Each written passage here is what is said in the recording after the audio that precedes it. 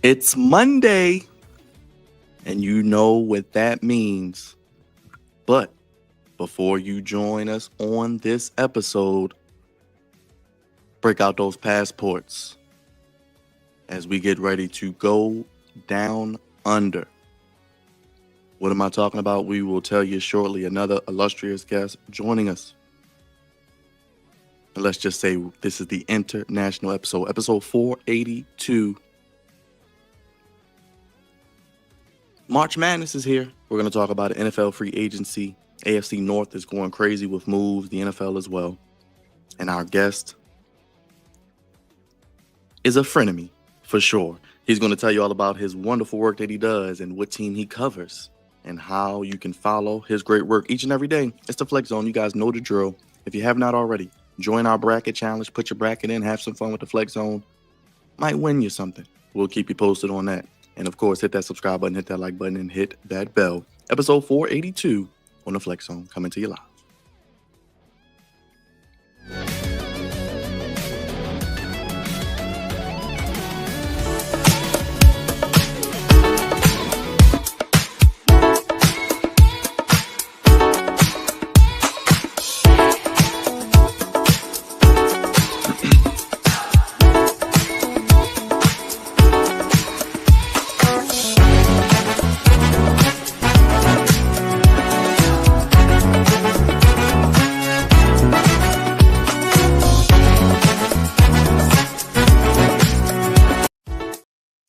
Bringing more madness than the month of March, as we are not only the Final Four, the Fantastic Four, the Flex Zone podcast. Only place, fellas, give you sports how you want it, when you need it. And as I said before, this is the international episode. Get your passports out as we get ready to go down under. You'll find out shortly. Episode 42, hit the subscribe button, hit the like button, hit the bell. We're doing something fun this year. Our first annual bracket challenge. Join us. Have some fun with the Flex Zone. It's free, and we may be doing some special giveaways for the winners to be determined. We'll figure that out in the next days and weeks. The gang's all here. You're here, so let's get it going. Throw your ones up, acknowledge us, Twitter, Instagram, and, of course, on all other social media, the Flex Zone 1. Our social media producer is back at it again after his wonderful workout. And let's just say today, he had it his way, damn it. It's the one and only Meat Man, and he loves himself some Mark Andrews, or as he called him, Andrews, Big Raj. No bread, no water, just meat. Finish him, Daddy. That's one big son of a bitch! Finger licking good special. That's what I'm talking about. Raj, we did a whole bracket yesterday. Can you believe that? Every game. Yeah, we did every game. And probably by the second game, it's going to be busted, but who knows? But yeah, back at it again, back from the gym. Yeah, I did have it my way today. I shouldn't have had it my way today, but God damn it. It felt like one of those days that I had to have it my way because as they say in BK, at BK. Have it your way. You rule. The voice of reason, the captain of the Goofy Ship, the co-founder of this here wonderful show, Cravante Bebe, and you can spend your Sundays with Cravante in every way. What's up, brother? Those haters can't stand us. Left hand up.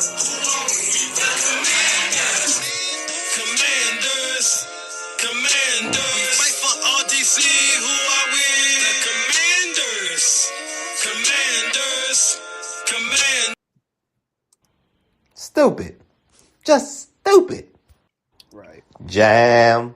Mm-hmm. Oh, jam. Well, now that's goofy. Man, Bold like that ginger ale, my guy.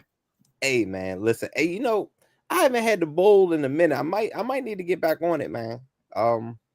But y'all always showing off in front of guests, man. I don't know what it is. Dre and Rod doing the little day. I don't like that. Hey, guess I don't like that song. I hate it so much, but they refuse to stop playing it. You hear it so much it turns you gray. It's it's a part of my intro, I guess. But man, I'm excited about the guest. I'm excited to get this show started. He's a very interesting friend of me, so I can't wait to hear this.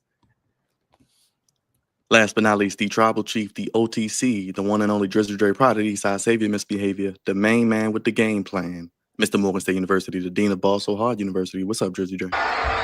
Acknowledge me. Take a 5-2, the Samoan werewolf. I love you solo. How you feeling, Dre? We're going down under. I know you got your passport. I love that part. But yes, I do have my passport. Luckily, it does not expire until next year. So got some trips on the way, but let's get to it, man. Go Duke, man. All right. We'll get to that later. We love having illustrious guests here on the podcast as Raj has fireworks going on behind him. We've never had a guest geographically this far away, but yet so close as he covers a team that we know so well. His brother does fantastic work. He knows his shit, and I mean that in the most respectful way possible. Joining us from the wonderful, beautiful world and down under. Like I said, we're going down under. The one and only Steelers Australia's own, the good brother Mark, the newest member of the Flex Zone family, repping those Steelers. And let's hear what he's got to say. Welcome him to the Flex Zone. Put your hands together for Mark from Steelers Australia. Yes. What's up, man? How are you? What's happening? Oh, that's my intro too. Excellent.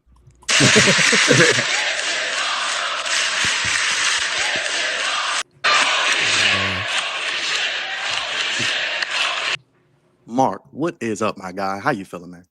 Man, I'm just chilling out, dude. I'm just enjoying the off season. It's my 1:30 p.m. and you're like 10:30 p.m. over there on the East Coast. But yeah, I'm just having a good time. Trying to get pumped up and motivated for the Steelers off season. And now we have a quarterback, and you guys will think he's not the best, but we kind of like him here in Pittsburgh. But I'm having a good time, man. I appreciate you guys having me on the show. It's gonna be a lot of fun.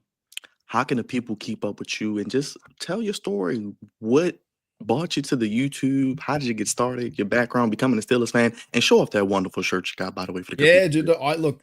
I know a lot of Steelers fans don't like Mike Tomlin. I think Mike Tomlin's one of the best coaches ever, and I will be going to his Hall of Fame because he's my coach. I've been following the and I bought this in Pittsburgh. But he's I know some of the Steelers fans want him gone, but that makes no sense to me because if you fire him today, he's going to find a job the next 10 minutes, right? I've been a Steelers fan since 2002. I started watching. That's when my first time I started watching. But I started watching the NFL basically more or less through movies, like Remember the Titans, The Replacements, all those kind of movies back in the day. The Little Giants, like the little kids movie, so stuff like that. The Water Boy, and I started because near the 2000s, man. I'm like 35, right? So I'm like a 90s kid. Around that time. I think there was a lot of football movies on, and it really just my head exploded and went, oh, I like this sport. This sport's fun. How do I learn more about it? Then I started playing the Madden games, like in 1995. I think it was on Sega or PS1 or something like that. started playing Madden. Then I started playing Madden on PS2. Madden 2004 is one of the best games ever created. / also NFL Street #1. And I know Roger Goodell won't bring back NFL Street. Can I swear on this podcast or not? I told you, say what you got to say, brother. They're fucking dumb. They need to bring back NFL Street. Could you imagine having like Lamar Jackson and stuff like that, or Burrows or Josh Allen or Did they say how much money they can make off of us gamers? I would buy it in a if it was the same game to NFL Street 1, the same like feel to it, I would buy it in a heartbeat, because that same year as well, NFL Street 1, they made NFL Street 2 the exact same year. And I can't remember the last time that a company has done that, from like January to like December. They made 1 and 2. That was my childhood learning football. I played that game consistently where I wouldn't even go outside, which wasn't a bad thing, because outside it's like, there's deadly dangerous snakes and spiders and whatnot. So that game is one of the best games ever created, NFL Street, and also Madden 2004 and stuff like that. So that's when my love of NFL began, around that. And then I really started to follow the Steelers, and you guys probably aren't going to like this, but I just follow the Steelers based on the colors, man, because I thought black and gold was cool. Back then I thought it was black and yellow, but I do know it's black and gold. Wiz Khalifa kind of like changed a few fans' mindset, but it is black and gold for sure. It's not black and yellow. It goes all the way back to the Pittsburgh history and the coat of arms and stuff like that from Sir William Pitt in Pittsburgh. It was his family crest, goes all the way back there. So I followed that based on the colors. It could have been any other color. I like blue.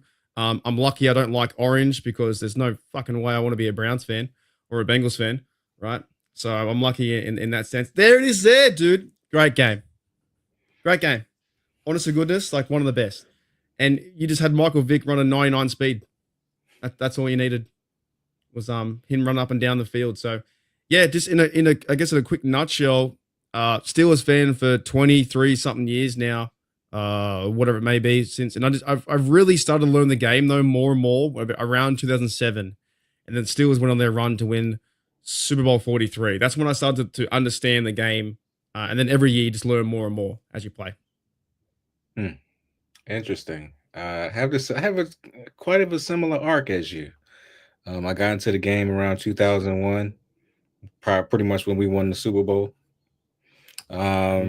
Also Madden 2004. I still have the game, and believe it or not, I do have Madden NFL 95. So I have it on Sega Genesis. That was Sega, right? Yeah, Sega Genesis. Yeah. So I must have played there with my brothers. I remember pressing the A or B button, and you're hearing Jordan Madden speak and whatnot, and you throw the ball up, and if you caught it, it lit up orange, and if you didn't, that was it. Yeah. Like that was so simple. And then if you like got away from the defender, the receiver would be like, I'm gone. That joint was crazy. Yeah. But yeah, it was really fun. Yeah, but I have a similar arc as you, and I became a Ravens fan pretty much officially around 2000, 2001. But my question to you is this.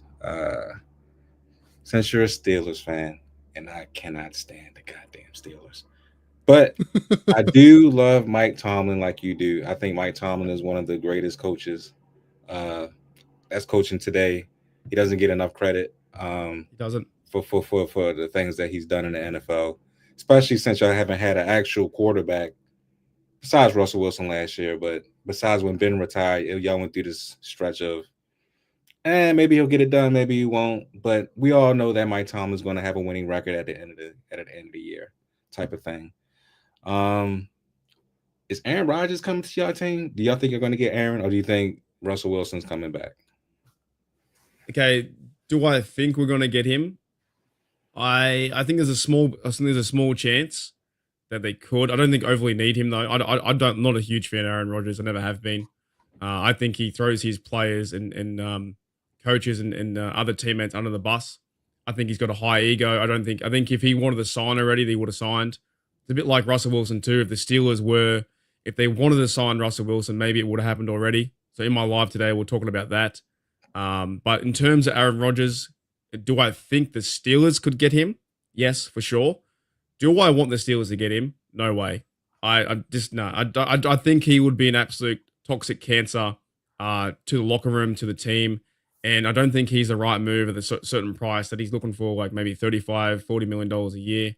I think right now, as it stands, I'm happy with Mason Rudolph, even though maybe the collective 31 other teams would say, oh, Mason Rudolph stinks. I can see that. But from a Pittsburgh Steelers fan point of view, a lot of us are very happy if they run it back, have a normal year, do some Rudolph magic, get us to 10 wins. We might go to the playoffs, and he's playing at a cheap price. Don't want to bring in Aaron Rodgers because I don't think he fits overall the Steeler attitude. I think it's going to be more about him than it would actually be about the team. And he's older, man. Like, you guys seen him with the Jets last year? He sucked. Yeah. Like, there was some TDs, yes and yes, but there was like 40-something sacks. He's not going to win you games. And he had he had a really good end of the season game in week 17. He went off, got 3 TDs or whatever. But some other games I saw, he was getting sacked left, right, and center. He's slower. He's just, he's not. I don't think he's built for to winning a championship. And the Jets thought they were like one player away being a QB, and then they got rid of him. I think Aaron Rodgers is playing his own game to sign somewhere one last deal, or he might retire. But I don't think he's going to overall fit the scheme that the Steelers want. So do I think the Steelers can sign him? Yes, but I really hope they don't. I'm a Mike. I love Mike Tomlin. He's also one of my frat brothers, so I actually really admire the work that he's done with Pittsburgh. Like you said earlier, there's so much talk about getting rid of Mike Tomlin. Why do you think that is as being a Steelers fan? I'll bring it up straight away. I think some of it has to do with a bit of race. Obviously Mike Tomlin's a black head coach. I think there's some part of that to it. Not all of it, but I think there's definitely some part. I think also there's a few negatives I'm going to bring up because I'm a huge Mike Tomlin supporter and I always will be. I don't even care if the bloke goes 3-14 the next 3 years. Like, I think he's done tremendous things for the club and getting us there. And if you were the boss, if you were the Art Rooney's, and you knew that Mike Tomlin gave you a chance to win 10 games every season, you're not going to fire him. But I think the ins is in Pittsburgh. I think Steeler Nation is a little bit spoiled to a certain degree. That, like, in my lifetime watching the Steelers, there's only been one game ever that in the Mike Tomlin period, we didn't have a chance to go to the playoffs. That makes sense. So only one meaningless game. Any other game, they've always had a 0.1% chance to go to the playoffs. If they win this one, they go to the playoffs. If we win this one, the Jags lose or Bills lose, then we're in. Only one game in the Mike Tomlin head coaching regime that has been, we can't do anything. So I think there's a lot of negative fans that just feel a bit spoiled in that sense. That's my guy. Hey, I don't mind running it back with him, mate. Honest to goodness, it'd be a funny season. I think he's a humble guy. Pittsburgh likes him. If the team gets around him, we have a few weapons here and there. But yeah, definitely the Mike Tomlin, I think, negative aspect comes from people complain because he's not winning playoff games, but it's very tough to win playoff games. There are still 12 teams in the NFL that have never won a Super Bowl, including the Browns and the Bengals, and there are 4 teams that never been. Right? So only every year, only 32 teams, only one team wins it all. But yes, I do want to have Mike Tomlin have a better season to win playoff games, and you guys kicked their ass like 100% last year. But I still think Mike Tomlin, it gives you the best chance to win right now. And if he were to be fired tomorrow, another team picks him up. So I think the negative fan base, I think the Yinzers out there in Pittsburgh don't know what they really have until it's gone. And let's be honest, I just think sometimes in sports, people complain for any reason. I don't try and stay there. If you lose, like you guys kicked their ass, I was there. I was in that mindset of like being annoyed for like 2 days, but then you move on. You know what I mean? But Mike Tomlin has done some tremendous things for the Steelers. And yeah, he's never had a losing season. Like, that's pretty hard to do. Even you had Duck Hodges and Mason Rudolph 1 year. You had Kenny Pickett and Trubisky. They didn't play. Then Rudolph saved the day. Russell Wilson and Fields last year. He's always trying to win and have a chance to win in the playoffs. My question is, how do you feel about the pickup of DK Metcalf? Do you think him and George Pickens are going to be able to coincide together, or do you think they're going to crash out during some time in the season? I think they'll work together if the Steelers keep George Pickens. George Pickens is on his last year of his contract. So we've been talking about, and there's Sean and Jedevil and Joey in the chat, some of my guys from Steel Oz. We've been talking about this too. George Pickens could be a trade prospect to go somewhere else because I know you guys probably saw the Bengals receiver thing, right? Oh yeah. I don't know if the Steelers are going to go that route. George Pickens is going to want some money. So you already paid DK Metcalf $150. Let's say George Pickens goes off this year, then you can't just drop him because that's his last year of his contract. Does he go and be a free agent, or do the Steelers at this point in his last year of his contract, do the Steelers just go and trade him and get back a second rounder? So they're almost pushed really, either give him a big contract, similar to what T. Higgins maybe got, or they're going to push him towards a trade. You know what I mean? So I don't know what but in saying that, I think if Mason Rudolph does start, and he's our only quarterback on their roster right now, if he does start, then he's got two deep threats to throw the ball to in DK Metcalf and George Pickens. The thing is, what will the Steelers do in terms of the long-term future of Pickens? I like Pickens, but he definitely has a bit of an ego behind him. But it is super fun to go up and get a ball, a 70-30 ball, one hand and bring it down. So I'm not too for the organization. If they trade him away to get picks back, and makes sense. If he stays and they sign him to a 3 or 4 year deal after this 1 year, then that also makes sense too. If they can keep the money under what the Bengals pay, because they're now doing, I think 56% of the Bengals players is Joe Burrow, Chase, and T. Higgins. So I'm excited, man, to see DK Metcalf. I think it's a good move. Well, we already know how the Steelers operate. I mean, from the times of Hines Ward, and then you had Santonio Holmes, and then you had Plexico Burris, and who else? God damn it. Antonio Brown before he went crazy. Antonio Brown before he went insane. Mike Wallace. Mike Wallace. Mike Wallace. You just had a plethora of wide receivers that you always find in the draft, and it would not behoove me to, if y'all did let him go, y'all find another guy in the draft that we never heard of, and then all of a sudden, boom, he's got 1,000 yards on y'all know how to do that. That's what y'all do very well. Is y'all find Juju as well before he kind of got injured and he left, and he's now got a 1 year contract with KC. Deontay Johnson, he was good, but then same time really bad. I've never seen a guy fall forwards and like get tackled backwards. It was so weird. DJ, he was a good receiver for us, but just didn't fit us near the end. And you guys had him for a while too, right? Yeah. Or the Ravens guys. I shouldn't say everyone. Yeah, we had Deontay Johnson. Wow, throwing it back. Yeah, he was fun too. They called him the alien. He was really good. But how do you feel about this Ravens and Steelers rivalry throughout the years? I mean, we had a bunch of knockout, drag out. I've been to a lot of them games too, and I can't stand playing y'all. I just hate playing y'all because I already know we're gonna get y'all best effort. They're gonna find a way, like y'all did this past season when we played in Pittsburgh. But how do you feel about these rivalries, man? Like, does it get your juices pumping? Is your towel waving in the air? Once a big play happens, like how do you feel about this rivalry? I got two quick stories for you. So I went to Steelers versus Ravens on Christmas Day in 2016. I was living and working over in Canada at the time, living in a place called Banff, and I got the hotel, the Fairmont in Pittsburgh, because I worked for them. So I got a really cheap deal, $350 for the week was super cheap for a 4-star, 5-star hotel. As I'm there in Pittsburgh, right, it's Steelers versus Ravens, and it's coming up to the game. That was my first ever game I've been to. I've been to the city before, 2 times before, we're just walking around, meeting people and stuff, having a good time. But when I was there, man, it was probably one of the best days of my life was there Christmas Day, my first ever game. Steelers versus Ravens Christmas Day.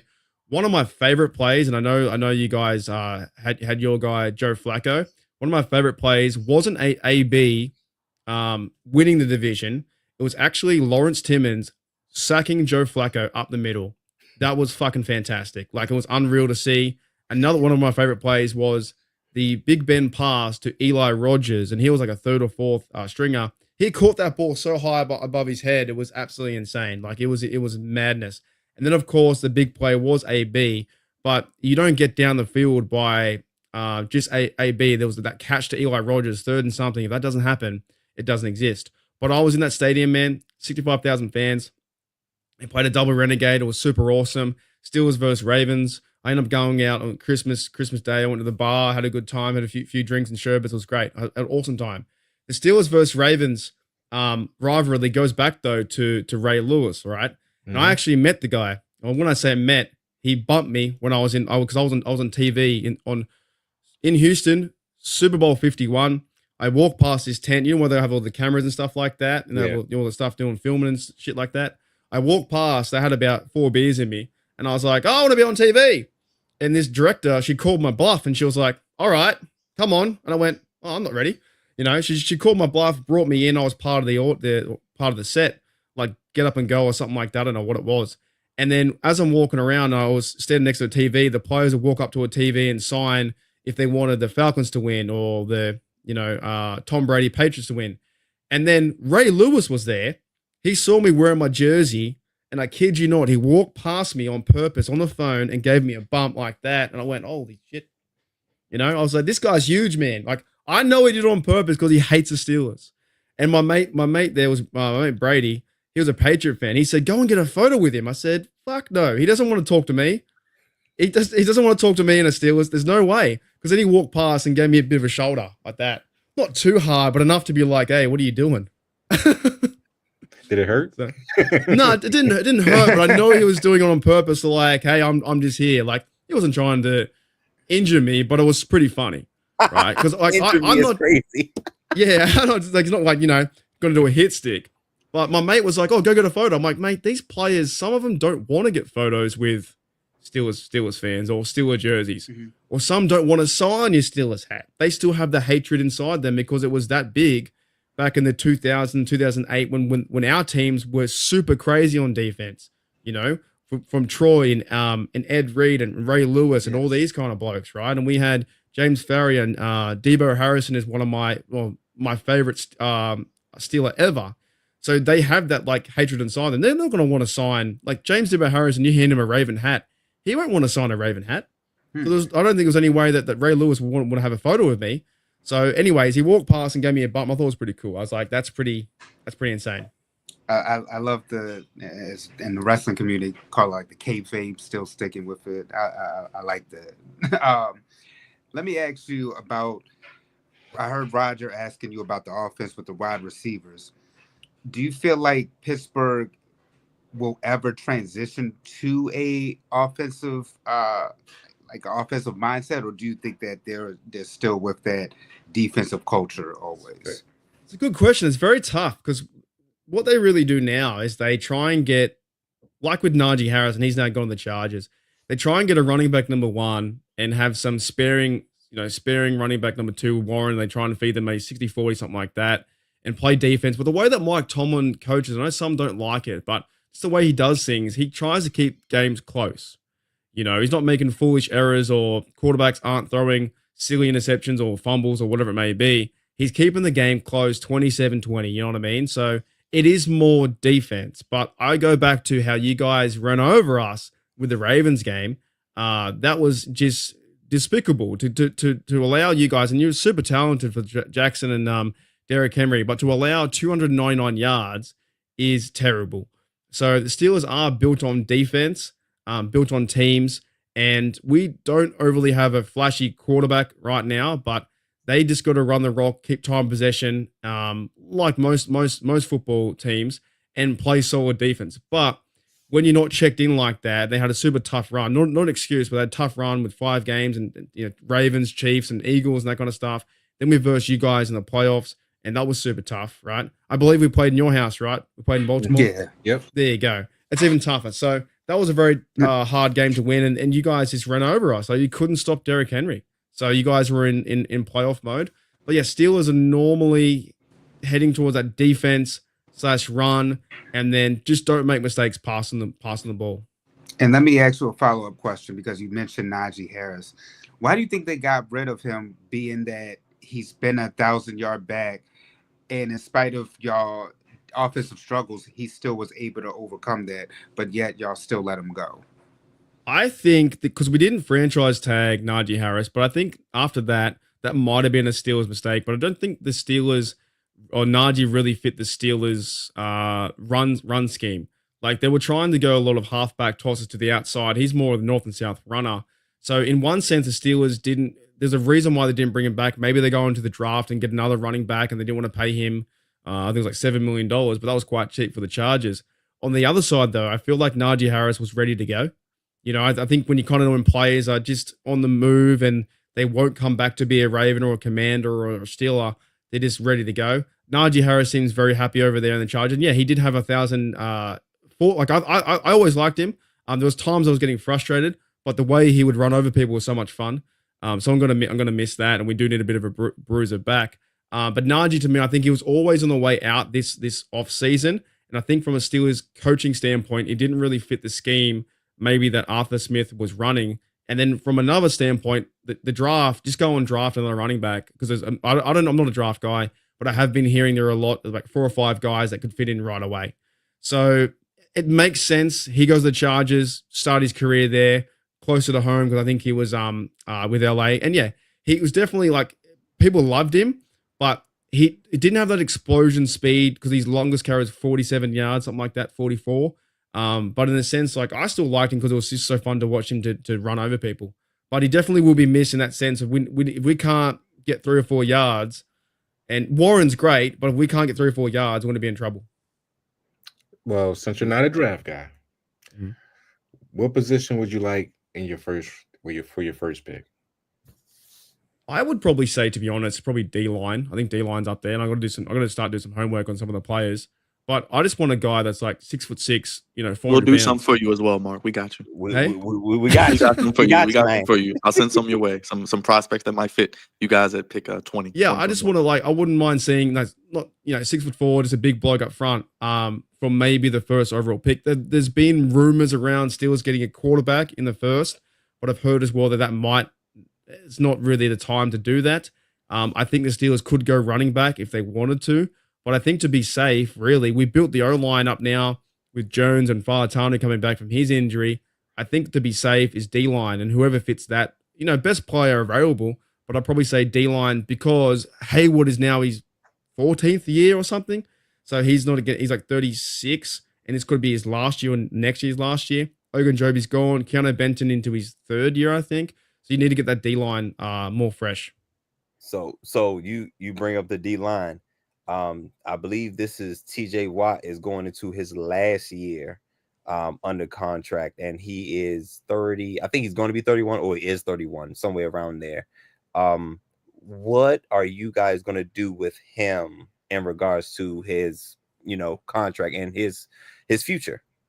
Okay, so I saw a lot of you guys are on YouTube. We're all on YouTube, right? There's a lot of clickbait articles out there saying that you're going to trade TJ. I just want to say stop. It's not going to happen. Like TJ is your guy, I think, to the end. Like Ben, like Cam, and he will be productive. Some were saying sell their house, sell the farm, trade away TJ, get back picks, but picks aren't always guaranteed. To look at the Browns and Jags and doing all these kind of things, and the Jets. Like the picks aren't always guaranteed to turn over your roster and win. If you've got a winning player, and yes, TJ didn't really appear too much in the last game, in the playoff game, and here and there, but he still needs help from other players. I'd say the Steelers are going to reach an extension and probably, I know it sounds funny, whatever Myles Garrett got, he'll get $1 extra. And by the way, I'm not a huge Myles Garrett fan either. I can't stand that bloke either. Since he'll get $40 million and $1. The helmet, right? Yeah, not a fan. Not a fan of him trying to attack my quarterback. Yeah, I can't stand TJ Watt. TJ Watt is a monster. Like, and when he's healthy, he's very frustrating. My gosh. Yeah. He's definitely a Raven killer, man. He destroys us from the offensive perspective. I believe he was the fastest guy to 100 sacks. If I'm not mistaken, just a complete animal. Something like that. And JJ Watt was an animal too, and it's just he got a younger brother. Go figure.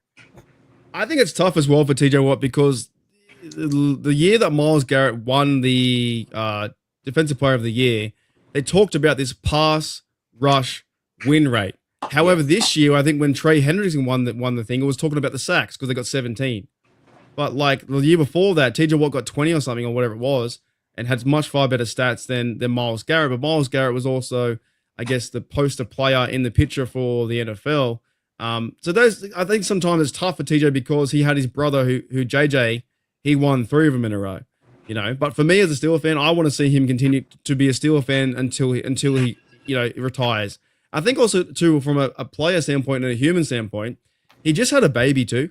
So I think like once he has the baby start growing up in 6-7 months, I think he'll be fully checked into football.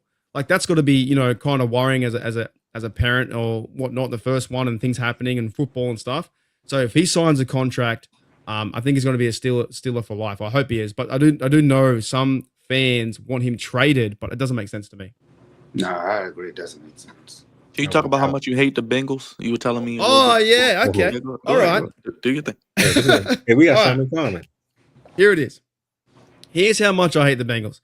So I've been hating the Bengals since Hutchinson, Vontaze Burfict, Pac-Man Jones, all those. Carson Palmer and them boys, Ocho Cinco. I just hate them all. Who's your mama? Is what I call him. Hutchinson Zada because he wiped the terrible towel. Do you have that photo? If you bring that up, I don't know if you have that, but he used a terrible towel on his cleats. Wasn't a fan of that. Yes, I remember. Yeah, that pissed me off when I was because this is about maybe 10 years ago. I think this happened, this kind of stuff when I was younger. And then also Vontaze Burfict, he always played us really tough. I think the Bengals, they injured Le'Veon Bell in a playoff game. They were pretty dirty. Oh yeah, and then the hit on I remember that. The hit on and Joey Porter was involved too. There's a lot of hatred in this. Vontaze Burfict era was the 5 years of that. I called him Vontaze not perfect. I was you just didn't like him, right? So anyways, the hatred goes that far. Goes to then. And then obviously now you can't really hate if you're an NFL fan, you can't hate the Bengals now. Nothing's happening. There's no Joe Burrow isn't a villain. Joe Burrow is just the guy from Home Alone or whatever. He's just a normal guy. I said the same thing.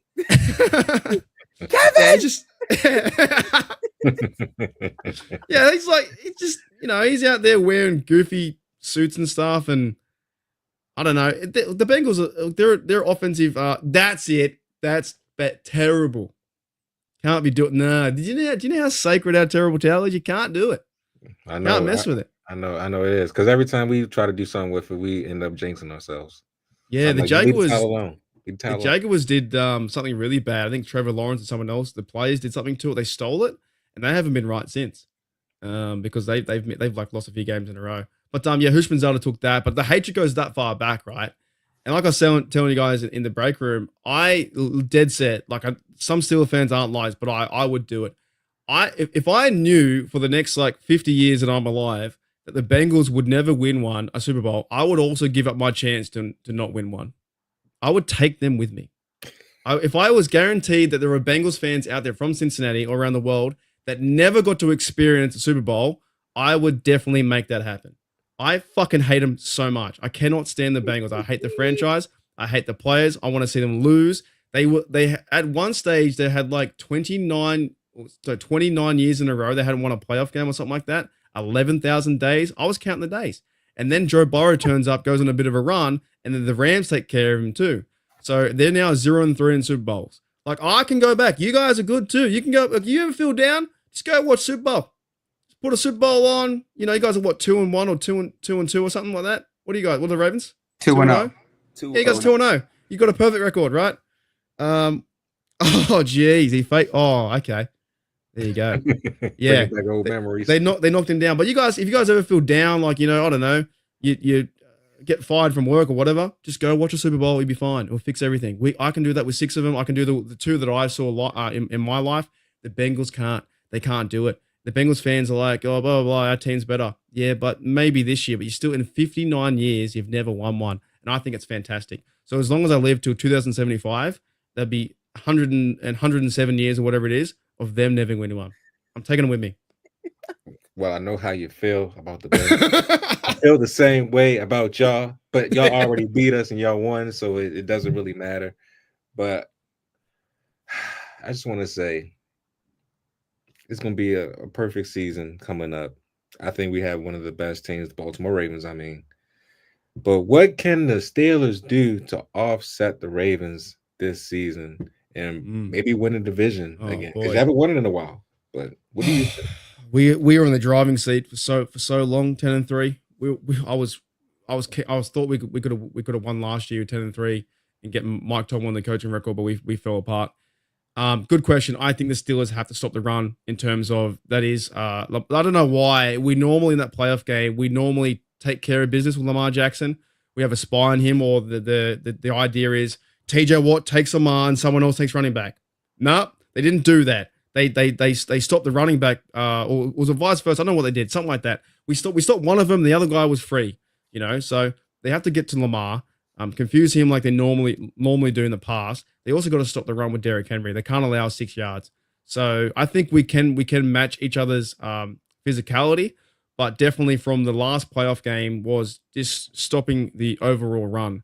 I think the cornerbacks and now getting Slay from the Eagles can match up with your guys' receivers in that sense with Joey Porter and Minka and that kind of stuff. But if you burn through the middle like you did in the playoff game, or Lamar Jackson does the option run, I think we're toast. It's very tough. Let me ask you, why do you think because we were talking about your quarterback situation earlier, but I didn't get your take on Justin Fields. Why not keep Justin? That's another good question. I think overall, I think it's the money. I think the Steelers aren't maybe they didn't. Okay.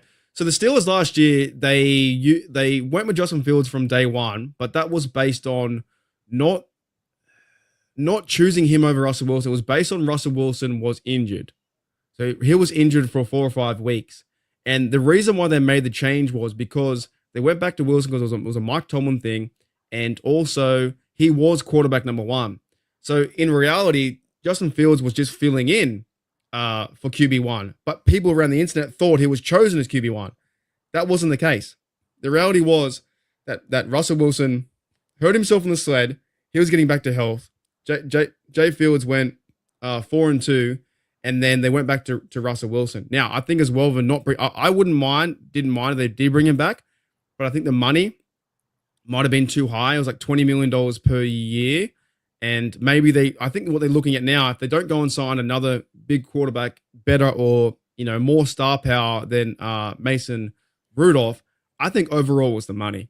Because that's $20 million for a quarterback, and maybe the Steelers are looking for their quarterback in this draft or maybe the next year, from that sense. And Jets just moved on. Like that, Jets. How the fuck Jets with Aaron Rodgers last year and thought they're going to do anything? It makes me laugh because that was silly. They have a better chance with Fields this year.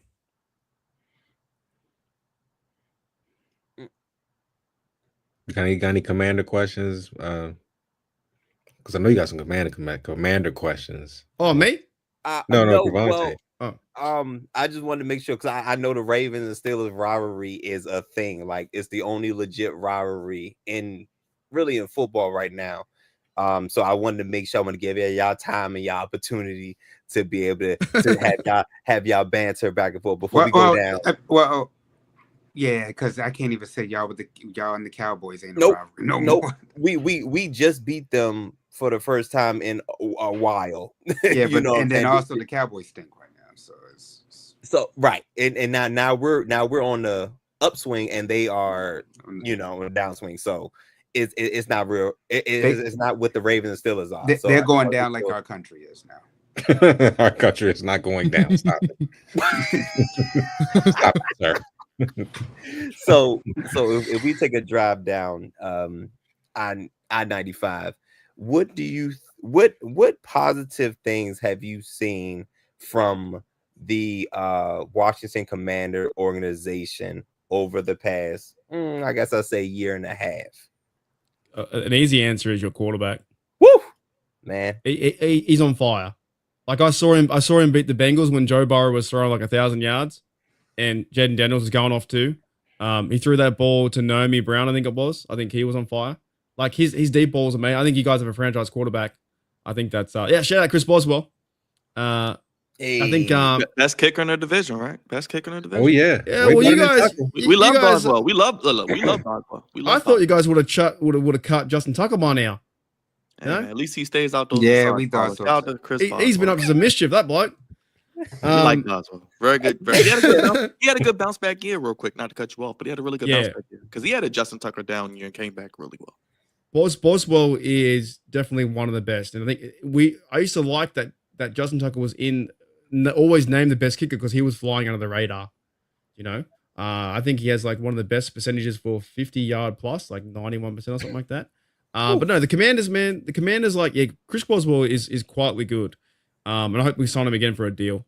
But the Commanders, I think, yeah, you've got a franchise quarterback. I think the Steelers, that missing piece from Big Ben, and trying to solve that with now 6 quarterbacks, and we won't turn into the Browns where they have, 30-something names on a jersey. But I think the Commanders really have just turned things around. And I didn't mind this signing too. I don't know if he's still there, but Austin Eckler, I thought he was good for you guys. Yep, still here. In that sense. I can't remember. There's one, is a big bloke, D tackle called Payne or someone. Is he still there? Deron Payne, yeah. He's still Yeah. there. Yeah, I remember he was a big bloke on your team. So I think that the Commanders in that sense, I just think it goes back to franchise quarterback. That's for you, Raj. Calm yourself. We got guess here. Raj loves Normani, so he may have a number 4 jersey in his closet. No, You know what's funny about that too, right? No, I won't. The Steelers don't give out individual numbers. That's only the 3rd time they've done it. And J-Devil reminded me of the chat. And J-Devil, you still there? Can you please remind me again who wore them last time? Yeah, that's not that's the other guy. But Tugger is crazy. The Steelers don't give out individual numbers. They've only given out to Ingram and someone else. And then Ingram, like, he was the outside linebacker, he left. So that's pretty rare for the Steelers to do that, to give to a receiver an individual number. Like, they didn't even give George Pickens 1. So, that means a lot for to give him number 4, which was our old quarterback Kyle Allen's number. So Steelers have only done that 3 times in their 91 years. Oh, Queen too. My bad. Yeah, Queen. My apologies, Queen. Queen. Yeah, yep. That's your guy too. Did you like that sign? Did you like getting Queen? I did. I want to see a bit more from him this year. Maybe a bit more. I think and sometimes. Malik Harrison, another former Raven. What do you think about that? Yeah, we got all your Ravens. We got Deshaun Elliott too. we got Jeremiah Moon in our practice squad. We got 4 or 5. I think 4 or 5 Ravens. I don't know what's going on. Deshaun Elliott, you have. Yeah, that's right. Carl Joseph and Melvin Ingram wore number 8 at one point, and yeah, Queen wears 6. So it's very rare for the Steelers to give out a single-digit number.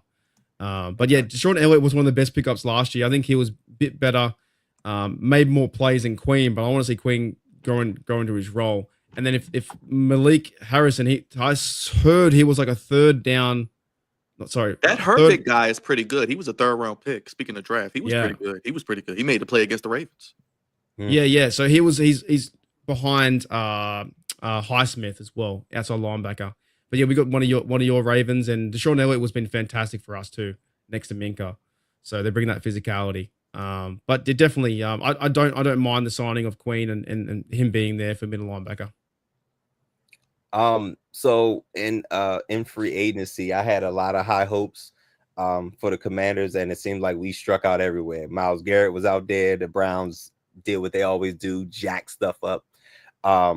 Trey Hendrickson, it's looking like, well, actually, I don't know what it looks like. I guess it looks like he's staying. I don't know. I'm trying to figure out where they're getting his money from. I don't know either. I thought he was leaving, and next minute, like, we're going to give you a lot of money. Okay, I'll stay. Well, they went up because the Commanders were in the running for Trey Hendrickson, but they went up on his price. They went from a high 3 to a low 2. Then they went to a 1. And I'm like, what are we talking about? Because on top of that, whoever gets him got to pay him too. Mm-hmm. So what do you think is going to happen with this whole Trey Hendrickson situation? I think, judging if they can find the money, judging by what they already did with the receivers, they'll probably pay him. And then you don't want to lose a player like that anyway, right? Because he was the defensive player last year. 17 sacks is nothing to, sniff at. Back to back. Yeah, like he's on fire. Like and the Bengals don't have they lost their safeties. They lost, Joe Mixon. I thought, by the way, the Bengals not paying Joe Mixon was really stupid. I thought they should have paid him money, because I think he's one of the best running backs in the game too, and he really fit their system. But obviously can't pay everyone because they paid the tight end as well. But I think Joe Mixon going to the Texans, it was always funny to see him do really well. But yeah, I think they got to figure out their defense, because I know they lost their safeties last year. I don't know if Jermaine Pratt was back there for the Bengals, but Hendrickson's DE pass rusher kind of guy. Mm-hmm. So if he has to leave because they spent too much money on the offense, what do you do? But I don't know. I wouldn't mind them making the playoffs and then getting booted again. It'd be funny to me. Man, every time showing that, I just wish we would have got DK. Man, That's a shock. We don't do moves. We don't do stuff like that. 5-year deal. It's the biggest deal, and I think in Steelers history. So for that tells me. But you guys have been trying to get another receiver paired with Pickens for the longest time. So I mean, at least you guys were. I know, like, there's so much pushback saying that Tomlin isn't an offensive guy, but at least you guys were trying. I do give you guys credit for trying to get 2 receivers out there for the past couple seasons, because you guys tried. I think it was Debo, Ayuk. The Ayuk stuff killed me, man. It's been the Ayuk stuff wanted me to quit. I was going to quit YouTube. Like, honest to goodness, this Ayuk saga for 4 months killed me. Like, every day it was it's almost like the A-Rod stuff. We were connected and it never happened, you know. But yeah, last year the receiver position, I think they were maybe banking on Roman Wilson to step up, but he got hurt, and they went and got Mike Williams from the Chargers, and they didn't play him, you know. So it just didn't. It wasn't a. And maybe overall it wasn't a fit with Russell Wilson. I don't know. But now they got two. You got 2 blokes on the outside, Pickens, who is unbelievable catching, and DK Metcalf, who could probably, you know, carry someone on his back and then also catch a ball at the same time. So it's gonna be, to me, it's gonna be a lot of fun. Yeah, I just think that. It just re-signed Russ. You got DK right there. They got the chemistry. Bring back Russ. Let him cook one more time. And they still could do that. It could be a possibility if they bring back Russ. I'm every day I see when, you know, you see the headline Steelers sign. As long as it doesn't say Aaron Rodgers, I'm happy. Honest to goodness, it could be anyone. I legit just don't want to see him in Pittsburgh. So if Russ is waiting to see how this pans out, or the Steelers are, they go with Russ and use. But your coach loves Aaron Rodgers, though. I know. Yeah. That's just Omar Epps acting. That's what it is. You think it was acting with the wink and they winking back and they? Yeah, but it's kind of like Omar Epps. The more I watch Mike Tomlin, Mike Tomlin knows everyone. Like, he loves football, and that's why I do get a bit of my crew in here now, the Steel Nation guys. They know how much I can't stand fans complaining about Mike Tomlin, because he's overall he's funny, he's witty, he can talk and talk and talk, but like, Mike Tomlin has, you know, connections with everyone. For the longest time, I thought we were taking Malik Willis in the draft because he had wings of Mike Tomlin. You know what I mean? He knows. Is that the guy from House? Yeah. I call Mike Tomlin. We're convinced they're the same person. We've never seen them in the same place, Mark. We're trying to figure out. He could be. You guys ever see that? We love it. We love the clip where Mike Tomlin is walking down from halftime, and one of the reporters like, "Hey, Mike Tomlin, go for the win, man!" And Mike Tomlin just yells out, "Man, I'm fucking working!" Like, he just cursed this guy out. Like, he's so funny. Like, legit. Another reason why I want to, like, try and go to his Hall of Fame, because if I go to Mike Tomlin's Hall of Fame speech in, say, 5 years, 10 years time, I believe that every single Steeler will be there. Like, all of them. Oh, from Brett Kiesel to Troy Polamalu, everyone's going to be there on the team. So, I think fans who take it, honest to goodness, for granted, and you know what too, fans take this shit too seriously sometimes. You sit back, have a beer in Australia, you put your favorite team on. If you win, sweet, fucking oath, you move on. If you lose, you have a bit of a rant, then you come back next week. You know, they take it way too seriously. I got Mark, one more question for you. I know how you feel about Mike Tomlin, but how do you feel about John Harbaugh? I think he's goofy, man. I think he's a bit goofy. Like, he's probably obviously a good coach for you guys, and maybe your fan base half want to fire him and half want him to stay. No, like, a lot of people wants to fire him. Yeah, it's time's up, right?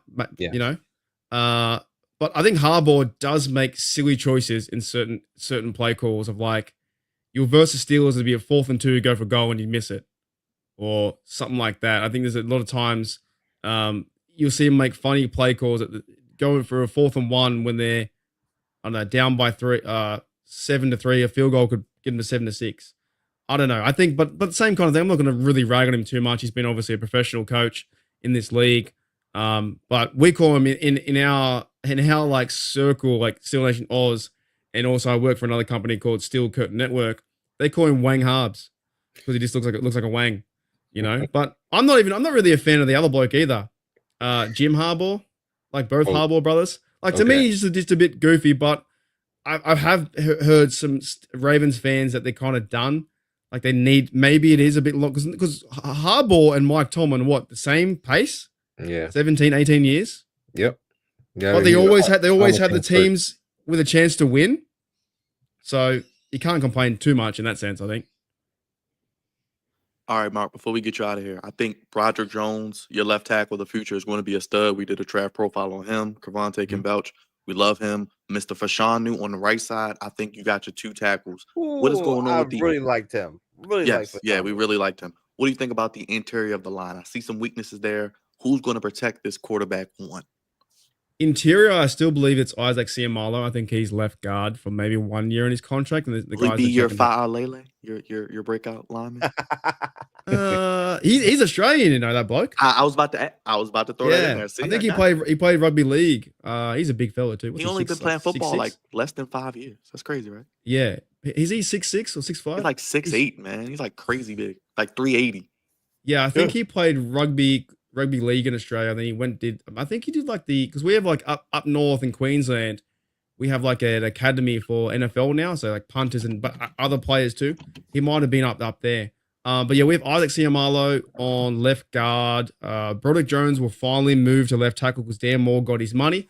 But Dan Moore is more than right to get his money, and that partnership was always going to end with the Steelers. So thank you, Dan, did your job. And then he walked away to get a bigger deal. So Jones moves to left. Zach Frazier from West Virginia, he's our center. He's going to be our center for the next 10 years. The right guard position, we had James Daniels. He was injured, then he signed somewhere else. And then we had what's he bench press? Is that a lot? 6'8". Jeez, Yeah, dude. I told you 6'8". He's a big look. Hey, Mark, this is what we say for big people human. like that. This is what we play. We play this. That's one big son of a bitch! Dude, that's like what's 385? What's 384 pound? Is that like I can't do your pound. So 225 pounds is like. Let me see. Yeah, let's let you do the metric. 175 kilos? Holy shit. Yeah. That's a lot. He went I crazy. don't know pound. That's Went heaps. crazy. Yeah.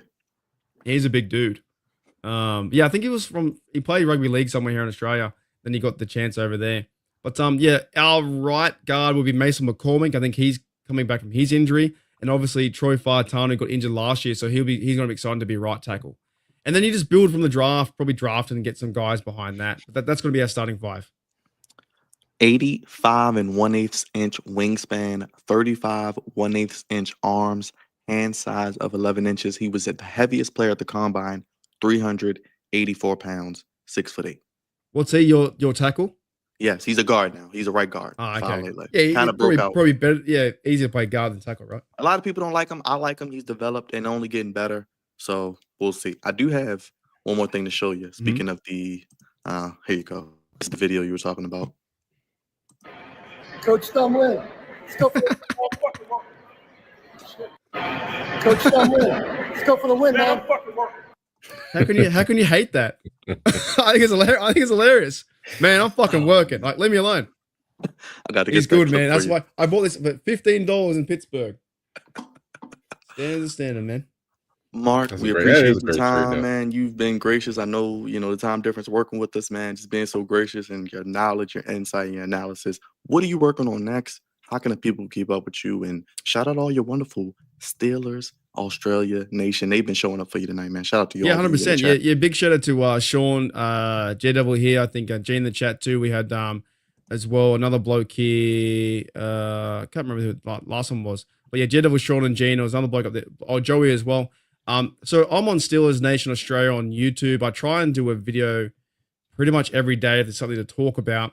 I do live streams too, talking football because we are now. It's not as much rumor. There's truth to the fact in certain things that are happening. If George Pickens leaves, what's going to happen? That kind of stuff. But I pretty much just do all my all my content on YouTube. Steelers Nation Australia. I have a Facebook page too, as well. Steelers Nation Australia as well. Same thing. So I've been doing this now for 4 years. It's a lot of fun. Like it's just fun talking football back and forth. The only thing is, like sometimes I get a little bit tired because the NFL never ends.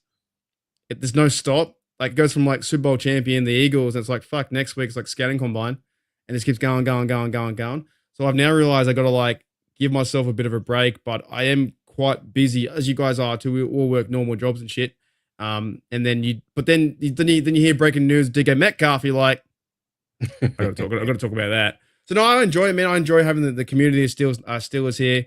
Going back and forth with you guys. Like I said, I don't hate you guys individually, but the Ravens can kick rocks. You know what I mean? So we've beat you guys eight out of 10 times. You got us last time. You know, so that rivalry is always there. It's fun there too. It's fun to go to those games. It's fun to be Steelers versus Ravens. But at the end of the day, we're all trying to grow our content on your channel, the Flex Zone podcast, on mine, Steel Nation Oz. And yeah, I don't hate the person. I don't hate the fan. I just hate the team. And I've been saying that though, we can both hate the Bengals together and hope they never win one. It's been 59 years. They never won one. Never. Personal requests, so people can believe that I've actually went down under. Would it be too much to ask you to get a voice recording saying, you know, this is Mark from Steelers Nation Australia, and you're watching the Flex Zone podcast, and that wonderful Australian accent? I gotta ask, man. I'd be remiss if I did. I'd be mad at myself. I'm gonna clip this interview for you. I'm gonna email it to you. We'll talk, but I do want to get that from you if it's not too much. Alrighty, guys. Make sure you guys are checking out the Flex Zone. This is Mark here from Steelers Nation Australia. I back the Flex Zone, so check it out on all platforms, on YouTube. You're on Spotify. Wait, I fucked it up. You're on. I just lied. Hey, we'll work with that. I'll get the script over to your people. We'll get that recording added. I was like, all platforms. I'm not even sure what you guys are on. I can't lie.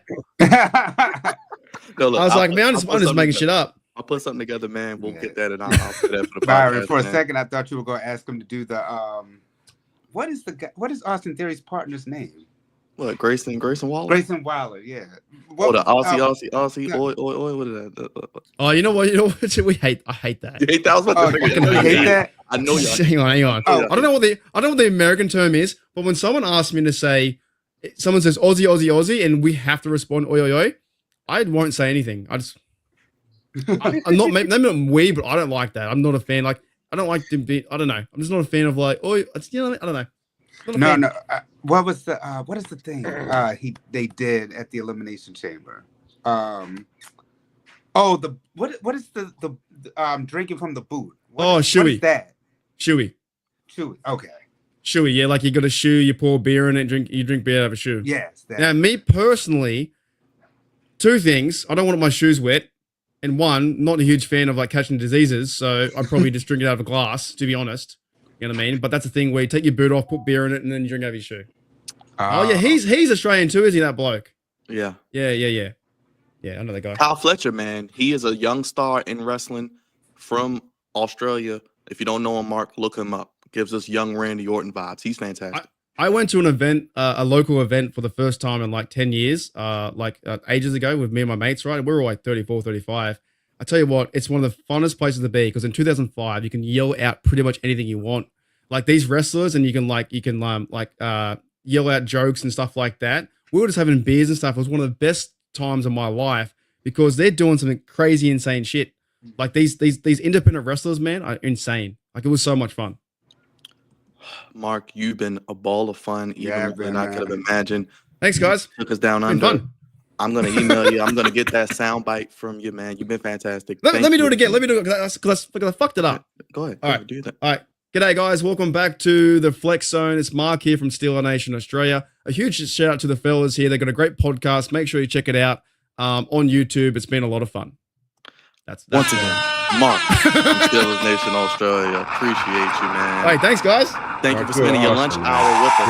You're great. I'm gonna lunch now. You're a great Steelers fan. Yes, great. Our new favorite Steelers fan. I'll be talking to you through email, man. I'll be sending you this clip so you can have it for your records, and I'll get that soundbite officially from you. But we can't wait to do. We'll do this again before the season starts, man. Yeah, 100%. Yeah, sounds good. I'll see you later. Appreciate it, man. Thank you. Hey, guys, bye. All right. Big shout out to Mark again from Steelers. Yeah, man. Australia. See, I told you guys we're going down under. Trust God's favorite host. I will take you where you need to go.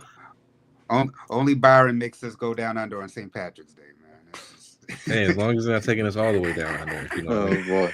No, not in that way. God love it, man. Let's go to Cincinnati real quick because they re-signed. And I told y'all this was going to happen. Not only Jamar Chase. You know what? I got and T. Higgins. Go ahead, Dre. Byron, great guest that you just put on, man, and I give you credit, man. So, Commander, salute to you, because you called it from day one. You've been saying that they're going to sign both. I didn't know that they were going to sign them for that much. Maybe it's because they learned from the whole Carson Palmer saying that they wasn't spending any money, and he was just fed up one day with this shit. And then next thing you know, Carson Palmer got up out of there. Ocho Cinco, TJ Husmanzada. So maybe they just learned from the past and just stopped being cheap. But they're really banking everything on the offensive side. I mean, last year we saw it was basically offense or bust, but it was just crazy that Joe was just putting up these type of numbers, and it still wasn't enough. You ask Lamar Jackson, you ask Josh Allen, Patrick Mahomes, they work with nothing really sometimes, and then they still make ways to get these victories. But Joe, it seemed like Joe, even in spite of last year, no matter the number of yards or points he put up, it still wasn't good enough. So sometimes you still have to have a balance there. And like our guest mentioned about no run game, really, I just wonder about the Bengals, because yes, it's good that they did this and that they paid both guys, but at the same time, how much are you giving up? And you're making a sacrifice on the defensive side and the running game side to help balance it, because even though it's an offensive league, passing league right now, you still see the value of the running back with the Baltimore Ravens and with the Philadelphia Eagles, because both their running backs made tremendous strides in order to help those teams. Shoot, even the Buffalo Bills, they understood the importance of running the football. It seems like the league is going back towards running the football. So I do, like I said, give you your flowers for getting this right, but at the same time, just wondering how much this is going to affect the Bengals, because we already saw this story last year, and then is the nightmare going to continue for them not getting in the playoffs with somebody as good as Jamar Chase, T. Higgins, and Joe Burrow? Real quick, Raj, before you go, 4 years, $115 million extension with Jamar Chase. So total of 5 years, because he had one more year remaining on his 5th-year option this year. Chase now the second highest paid non-quarterback in history, while Higgins becomes the highest paid wide receiver too. T. Higgins, 4 years, $115 million. How you feel about that? And is it Super Bowl or bust for Joe Beasy now? What's going on with you, Mark? I don't feel good about it. Let me just say that. Let me get out of the way. I don't feel good about it.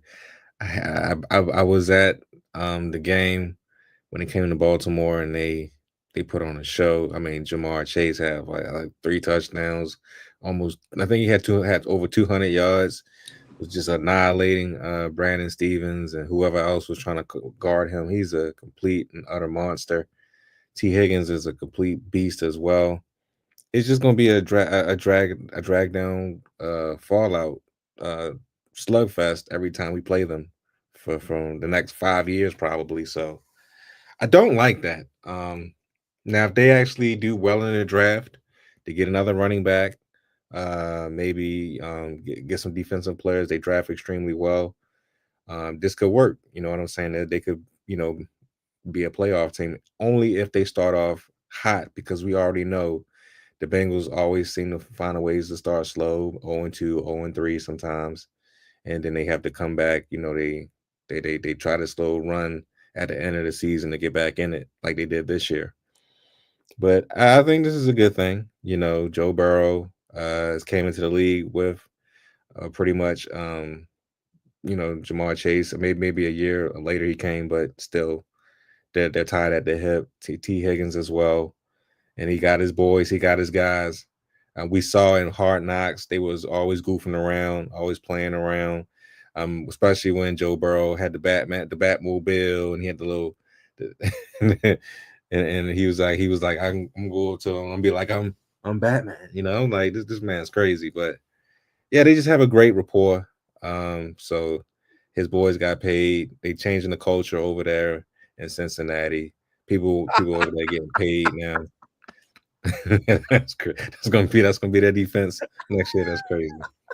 Raj, why are you concerned though? Because they couldn't stop a nosebleed last year. Because they always play us tough. Like I told you, Jamar Chase is by himself literally destroyed this team. Yeah, I By mean, himself. we've seen one guy always be a Raven killer. I mean, before him it was AJ Green. Exactly, So and they gave always us have problems one too. guy that's a Raven killer. Yes, they gave us problems too. We would lose to them. We didn't lose last year.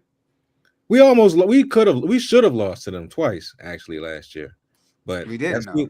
That's neither here nor I there. think it's safe to say they're clearly the second best team in the division. I Yes, think we can agree on they're that. literally And it's a gap between them and the Steelers. Yes, they're literally right behind us. Yes. So I am still afraid of their offense.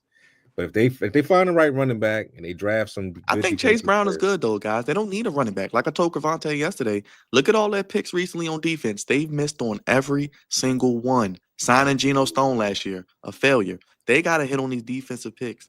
It ain't offense that's the problem. Yeah, that's why I said they can't stop. I'm not concerned. They can run the ball stop. enough. They can't stop a nosebleed right now. So yeah, but I'm still not feeling it. You can go ahead, Cravante. Go ahead, Cravante, brother. I mean, we kind of talked about it yesterday. How you feeling about it? I already say, yo, Drake did what I did yesterday. Hey, man, you right, brother. You was right. I'd have put money on. I'd have bet you.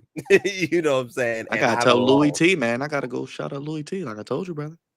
I'd have lost because there was no because Dre, what have I told you and the crew? You can't pay more than 3 folk top tier money. And another thing, the Bengals just created a market value for wide receiver 2s now. That's going to be a thing now moving forward. But so now you have the highest paid number 2, you have the highest paid number 1, and Joe Burrow still has a top. It will, if I'm not mistaken, he still has a top 5 quarterback contract. If I'm not mistaken. Where the money coming from for Trey Henderson? There's none. Like I said, but they saying they're gonna sign him. I'm like, for how much? Because it's got to be somewhere between what Max Crosby got and Myles Garrett, pretty much. So between 35 and 40, where they get his money at per year? Where they get his money at? Like Joe Burrow, Jamar Chase, and T. Higgins is like 35% of the cap between just them 3, 35% at least. Where is Trey Henderson going to get this money from? Or are they going to, I don't know. I heard a joke. They said they got to rent out. They're going to rent out the stadium because how they going to make these ends meet? I think they're goofy. I think they're very, very goofy. And this is one of those things where being frugal comes back to bite you in the rear end. And that's what we are watching unfold with the Bengals. So continue. I'm all about brothers getting their money. But God damn it, the defense got to be like, oh boy, we're gonna lose 48-40 every week. Like that's what's gonna happen. You know what I'm saying? So I can't wait to see what they do with Trey Henderson, because and if they do pay him, everybody's gonna have to be a vet minimum. Everybody.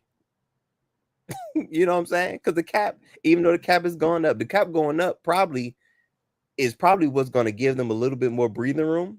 But like they're going to be cap stricken for years to come. The only way they'll get out of it is if they hit on their draft picks, all of them. And the funny thing is, Byron, I've seen a lot of mock drafts that have the Bengals picking a tight end.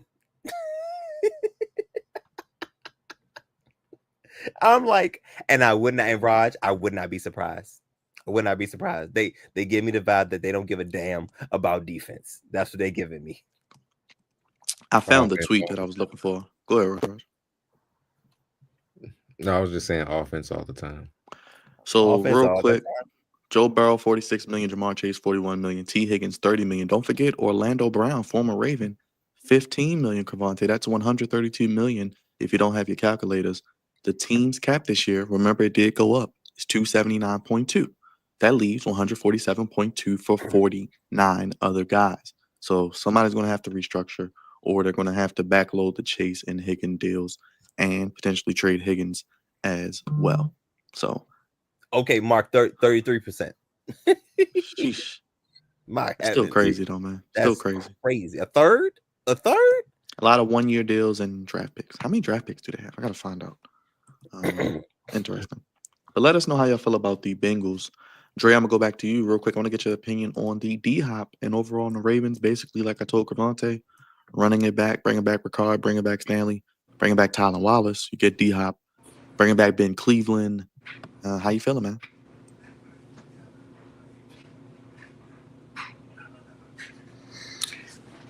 D-Hop, had we got him when Lamar first got his contract? But now I gotta give the old Batista, man. It's cool, but I mean the dude is past his prime. Like I know our boy Engraven. When we bring him back on, he's really excited about this. I'm not though. I'm just tired of Baltimore. We always get people past their prime. Like it is the Ravens, it's the Orioles. We just get these people past the prime. Like, thank you, Mark. He didn't do anything really with Mahomes, so I don't expect much out of him this year. We'll see, but I'm not really excited about it. I'm not excited about Ben Cleveland either because I know how he's been in the doghouse with John Harbaugh all these years, and yet he came back. So I don't know really. Like had we got DK, I would have been like, all right, yeah, like we making some noise here. But we didn't, so I'm just I'm not excited about that move. I mean, it just like I said, I'll have to see it to really be excited. But I'm not excited about it. Go ahead, Raj. You made a Boy, oh boy, oh boy, oh boy. Do I have to be the guy that gives positive energy around for here? once? You're gonna be the positive guy around here. Do I have to be the positive? For voice once, of you're gonna be the reason? positive person. That's No pun intended, Cravante. No pun intended. But let me just say this, man. I am very happy to have DeAndre Hopkins on this team. He is. Now granted, he is not the player that he was a couple years back, where he's a 1,000-yard receiver. He's jumping over people. He's them dreads is flying all up in the air, and he's doing this thing. He's not that guy no more. Okay, we get it. I understand, but he can still play the game of football. And on top of that, we don't need him to be that guy. We don't Terrell need Owens can still play the game of football too. By the way, let me finish. Look, we don't need that. We don't need him to be that guy. Okay, we just need him to fill a role that Nelson Aguilar left. He's not going to be playing every snap. He's not going to be on every down. He's just going to be out there when he's needed to play. Okay, and he's going to give leadership to Bateman and to Flowers. He came in on his press conference saying that, look, you guys did not catch the football, for Lamar. So he's going to be able to give that example. You know what I'm saying? That superstar example, that Hall of Fame example that they need on this team. So that's a good thing. As far as Ben Cleveland is concerned, I feel for the brother, man. I understand why he was, he had that DUI a couple weeks back. I mean, you catch your wife cheating, and then you're going through a divorce. You know what I'm saying? His head was not in the game. Maybe that's what happened too. Yes, that happened. No wonder he was so trash. Yes. So he's coming back on a cheap deal. We already know Ben Cleveland can play. We already know this. And yes, him and Harbaugh does not get along. But you know what I think? I think Ben Cleveland's going to be on his best behavior. I think Ben Cleveland's going to come into training camp in shape. He's going to come to compete. And you know what I'm saying? He's going to do himself a solid. He might even get the left guard position.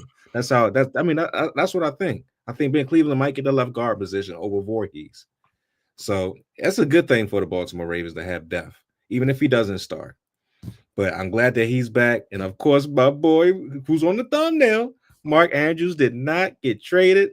I told you he wasn't getting traded. I told you that too, Raj. Well, it's not over yet. We still got the draft. But like I said before, I think Mark Andrews on his team is well needed. I understand that the fan base does not like him because he drops the football in the playoffs. I understand it. I get it. But the redemption story that I think is going to happen this season is going to be monumental because, yes, we hate him now. We don't like him now because he drops the football. But I think having D-Hop on this team, having more weapons to throw to, hopefully having a great draft, this upcoming draft, is only going to push the Ravens forward in their journey of getting to a Super Bowl and getting past some of these demons. And I think having Mark Andrews get past some of these demons is going to help. So I think this is a great thing for the Baltimore Ravens. They're running it back. They don't need to change too much of anything. They beat themselves like they always do. Get over the hump with the same goddamn players that you had last year and finish the damn story, as you would say, Dre. I think they can do it, man. And so I'm glad what EDC is doing right now. He's bringing in some of the right players. Got Cooper Rush just in case Lamar needs to miss a couple games or whatever. We know Cooper can win a couple games. This is going to be good, man. This is going to be good. I like this. So get with it or just. That's another one. Cooper Rush, like Cooper Cup, yes. Cooper Rush, come on, man. What are we doing? They wasn't giving Cooper Cup $45 million. Seattle's goofy. No, doing hell that. no. Seattle's goofy. Yeah, hey, yeah. come home. We'll pay you a a lot of money to come home, even though we're gonna be fourth place. Come on, They come gave, on, Rod. They gave DeMarcus Lawrence. They gave DeMarcus Lawrence a bunch of money too. And they gave Sam Darnold the bag. Come on, what are we doing? Well, that's a small bag. Go Google it. For the going rate for quarterback, that's a small bag. I mean, Sam, that's what Sammy should have got. Cravante, real quick, what you want to know? I think it's sad to see, but I mean, you guys all hit it on the head, especially you, Raj. You beat yourselves year after year because the roster is there. As it's currently constructed, it's a Super Bowl contending roster. So you don't have to add much. The best move you made was re-signing Ronnie Stanley. That was the best move of the offseason because I tell you, the Commanders was trying to get him.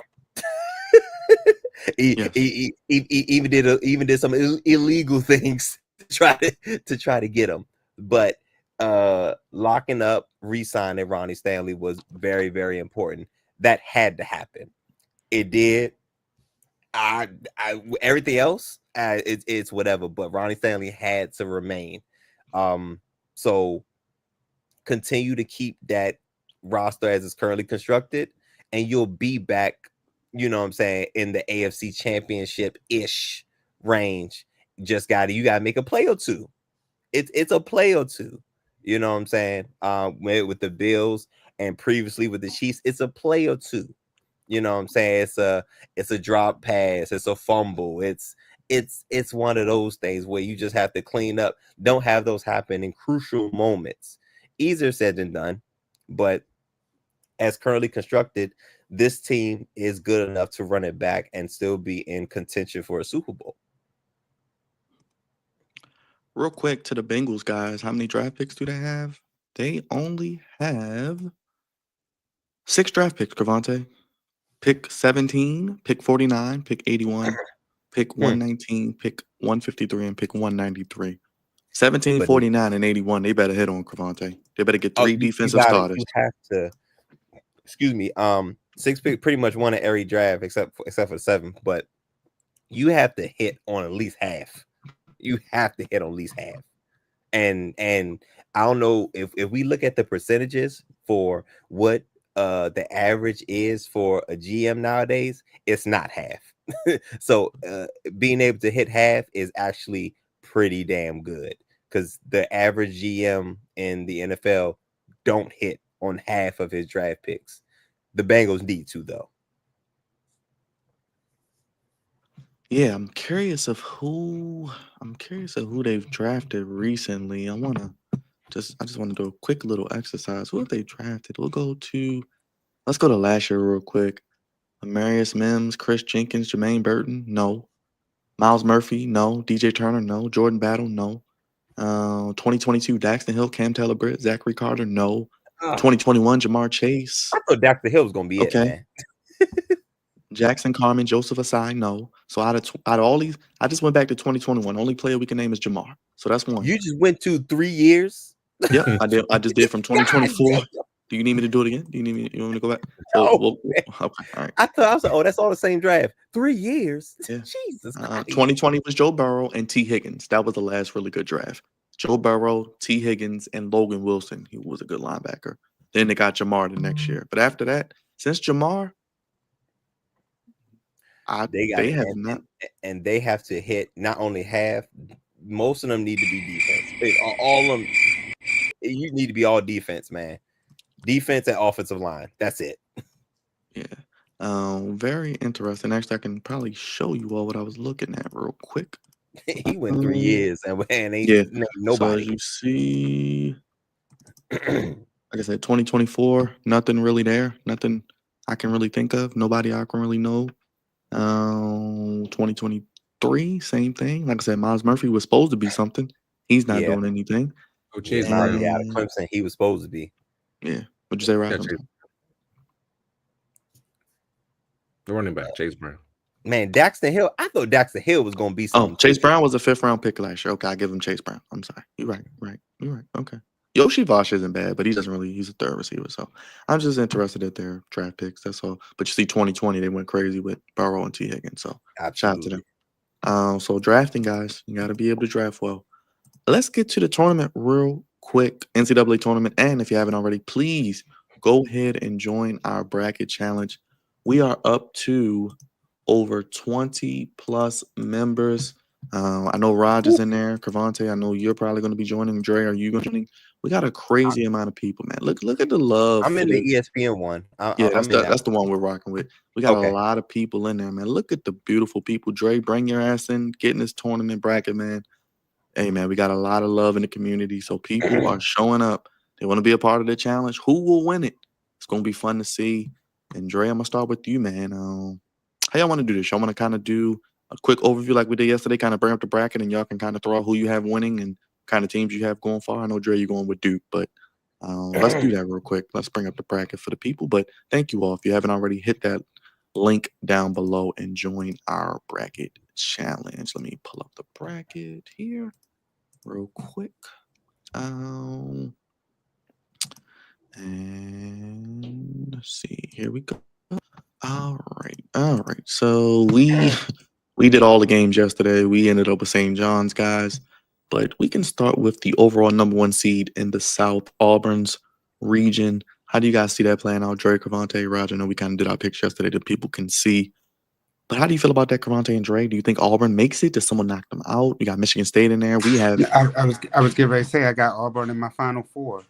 Okay. Duke is definitely in there too. Michigan State. Oh, I'm so tempted with Michigan State, man, to make them. I think they're gonna make a run too. Izzo? I do agree with that. Auburn, Michigan State, yeah. But I think Auburn. But then again, I think Maryland's gonna go far. I think Florida's gonna really make a push. These are just, and then again, I'm looking at the bracket with St. John's, and I know who's your 4, Dre? Give you a 4. I know you got a lot of. Duke definitely, Auburn. I'm so tempted to say, in that West region, I want to say Florida, but then I could see Maryland. Like, Maryland has such a good team that people don't even realize that they've been building for some time. So Maryland could really, I think Maryland has the potential to upset Florida if they meet up. Then again, a lot of people are sold on St. John's. I'm gonna say Florida right now, but you never know. So Auburn, Florida on that bracket, and then definitely Duke, in the East, and then in the Midwest. I don't know why I want to say Kentucky, just because of the history, but I don't know. That one is the toss up to me. You push me into a corner right now. I might say Kentucky, but then it's weird because Gonzaga could always do something. And I know Houston is like Houston has that 1 seed, but I've never trusted Houston for some reason. So, like I said, I'll put for now. I'll put Kentucky there, but I might change my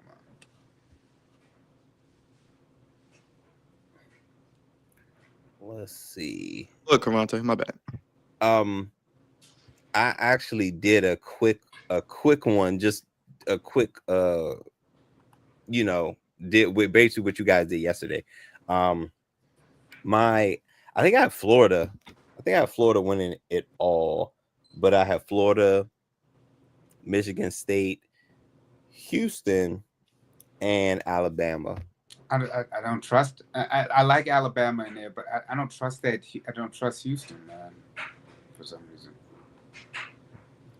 But yeah, those are my. But I love Michigan State. I love Michigan State, Auburn, and that. What's that? The Final Four. Michigan State Auburn would be a semifinal, so that would be an Elite Eight matchup for the winner to go to the Final Four, just like a potential Duke and who's a 2 seed there. Alabama would be an Elite Eight as well out of the East.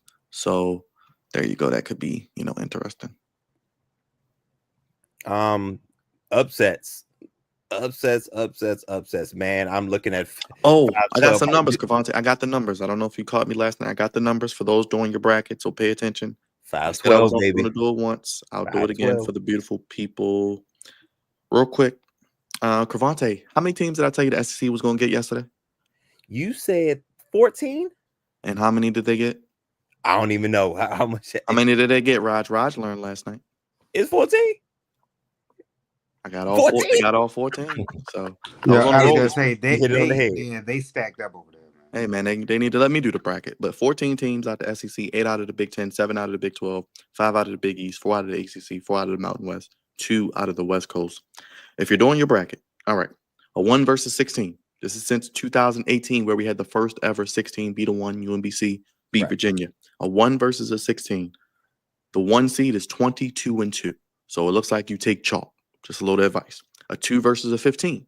The 2 seed is 21-3. So pretty good analytics there. 3 versus a 14, Cavante, 22-2. So the 3 seed holds serve. So the first 3 seeds, more times than not, seem to advance. So we get to 4 versus 13. The 4 is 17-7. So a little closer, but still pretty much top 4. Now we get 5-12, 5-16, 12-8. Okay. Now gets real fun. 6 versus 11, 12-12. 7 versus 10, 14-9. So the 7 is actually one more. But 8 versus 9, Cavante, 8 wins for 8 and 16 for 9. So the 9 seed wins more. So there you go for all you bracketers out there. Listen, man, you got to pick a 5-12 upset. Somewhere you got to pick a 5-12. 5 is that's like 6 and 11, man. That's 6 and 11 is intriguing. 11 is interesting, but that 5-12, that 5 seed is like the kiss of death. I was like, I'm just hoping Maryland is out of the 5 seed. Just don't be a 5 seed. Yeah, but Maryland's the 4, I believe. Maryland's the 4. No, that's what I'm saying. Like, stay out of 5. As long as they're not 5, they'll be all right because the 5-12 is a kiss of death, and apparently, according to the numbers, is 6 and 11. 6 seed is one as well.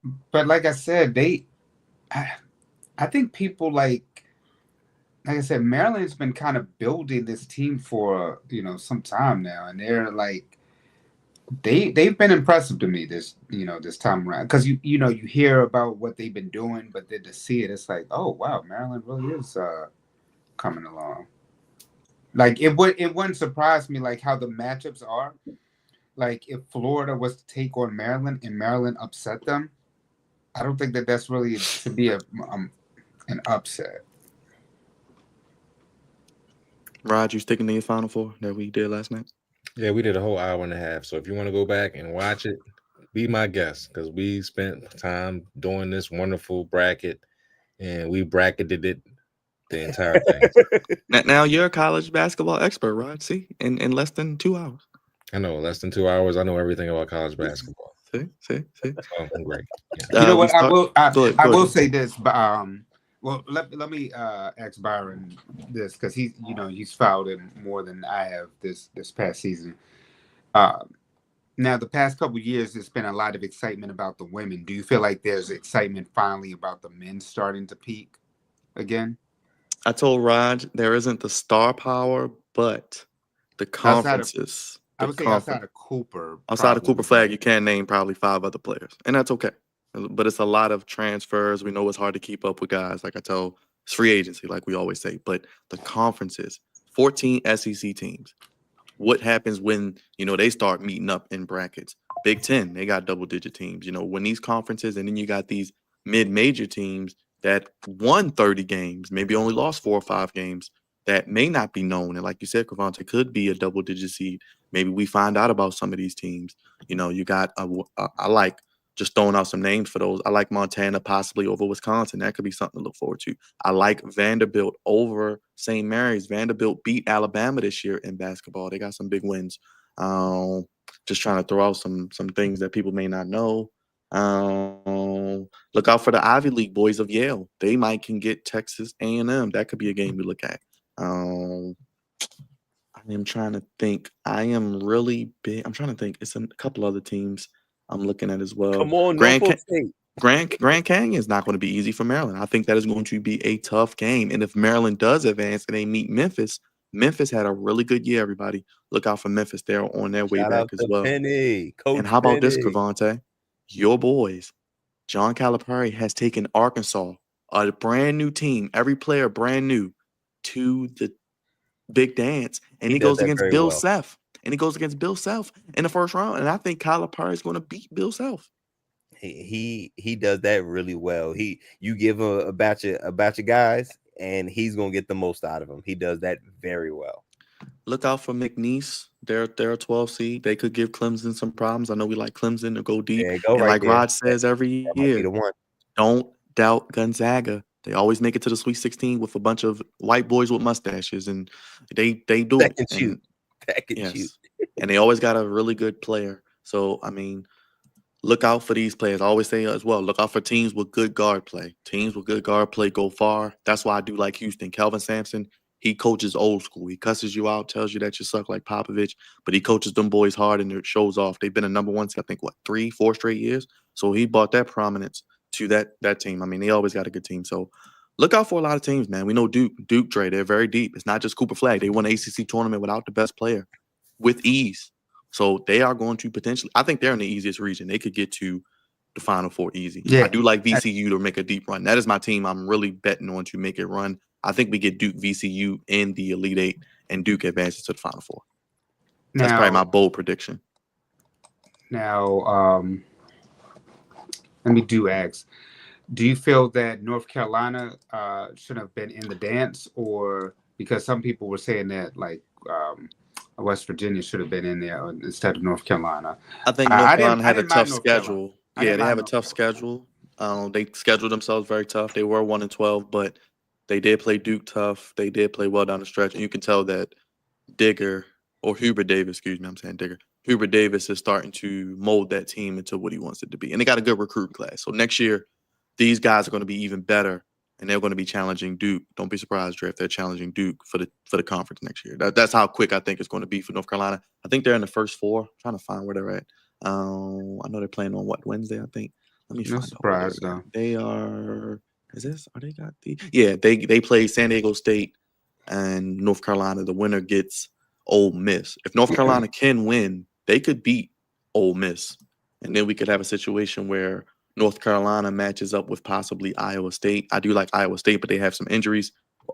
Hey, maybe North Carolina can get to the Sweet 16. But I like Michigan State over Auburn personally. I think Coach Izzo is the best coach in college basketball right now. What he's done, you talk about people not adjusting to the NIL. He literally asks for a handbook. He says, if I can pay players, I'm going to do everything in my power to get every player I can. And you see what he's done with Michigan State when nobody thought they would be good this year. And St. John's too. Rick Pitino. Rick Pitino, that's his 6th program that he's taken. Slick Rick, he's going to make sure you have a good time while you win. That's all I'm going to say. If you know, and you love it. And let's just say he ain't new to NIL. He's been paying players for a long time in more ways than one. This brother knows how to do it. He's the new king of New York. He's got the city on his back like the Chris Mullin and Mark Jackson days. when St. John's was good. They could win it all. I would not be shocked if they win it all because I think they aren't getting enough love because they got a lot of guys, Dre. We talk about the new game, you being able to switch every position 1 through 5. They got some brothers that's 6'8", 6'9", 6'10", that can guard 1 through 5, and they can put the biscuit in the basket. So a lot of teams. I think this is a wide open field, though. So if you tell me, a 4 seed wins it or a 5 seed wins it, I wouldn't be surprised. But it's going to be fun.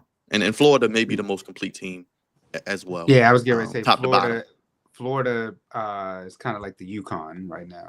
That's my problem with Maryland. Maryland has the best starting 5, but they don't have a bench, and you get in foul trouble or your guys get tired, Dre, because you're playing every other day. So your guys get tired. You got to go to that bench. Your bench got to produce. So Florida is, they blew out Florida's Alabama deep. and Auburn. Yeah, Florida has a lot of depth. Reminds me of the Florida teams of yesteryear when they went back to back. Now, did you guys do the women's bracket too, or just the men? I didn't do the women, but I do think we could get a potential. I'm gonna pull it up. We could get a potential. I think UConn and USC Elite Eight matchup. So not in the Final Four. Let me pull up the women's bracket real quick. Real quick. Cam Ward, the young man that plays for Largo, I believe they just won states. D, I sent a video in our chat, and D, I know we know D does his rounds pretty much in the state. So and he is a Michigan State commit. Cam Ward out of Largo, Maryland. There's another one. I believe they're 2A state champs, and he is a Michigan State commit. So Coach Izzo about to get another one. Real quick, on the women's side, we got it's in Tampa. So UCLA, I think UCLA makes it out of this because I think they would have an NC State matchup. I think they're in an easy. They're the number 1 overall seed. They're going to make it to the Final Four. So Lauren Betts, UCLA, back to prominence since the days of yesteryear. Real quick, USC is the number 1 in the Spokane, but remember, number 2 is UConn. I actually like UConn over USC personally. I think UConn has more depth this year, and that guard matchup with Juju and Paige is going to be crazy. I'm tempted to pick Juju. Okay. USC, I'm so tempted to pick Juju. They beat them last year, Dre. Juju and them beat them last year. I just think Connecticut, this is the last run with the group they have. Paige Beckers, I think she's gone after this year. So I know, man. With Paige, I just feel like for some reason I feel like Juju's got it this year. How about South Carolina and Maryland in the same region? They could meet in the Sweet 16. South Carolina. Yes, right. Oh boy. I thought South Carolina has potential, but talking to Paul, he made a good point. He was saying that they don't really have that big. No Aaliyah Boston, no Cardoso this year. Yeah. So he said that's the thing that's gonna hurt South Carolina this year. They shooting a lot more threes. You notice how Don Staley has them playing more perimeter oriented. Good point. But it may be if they do play Maryland, South Carolina's gonna.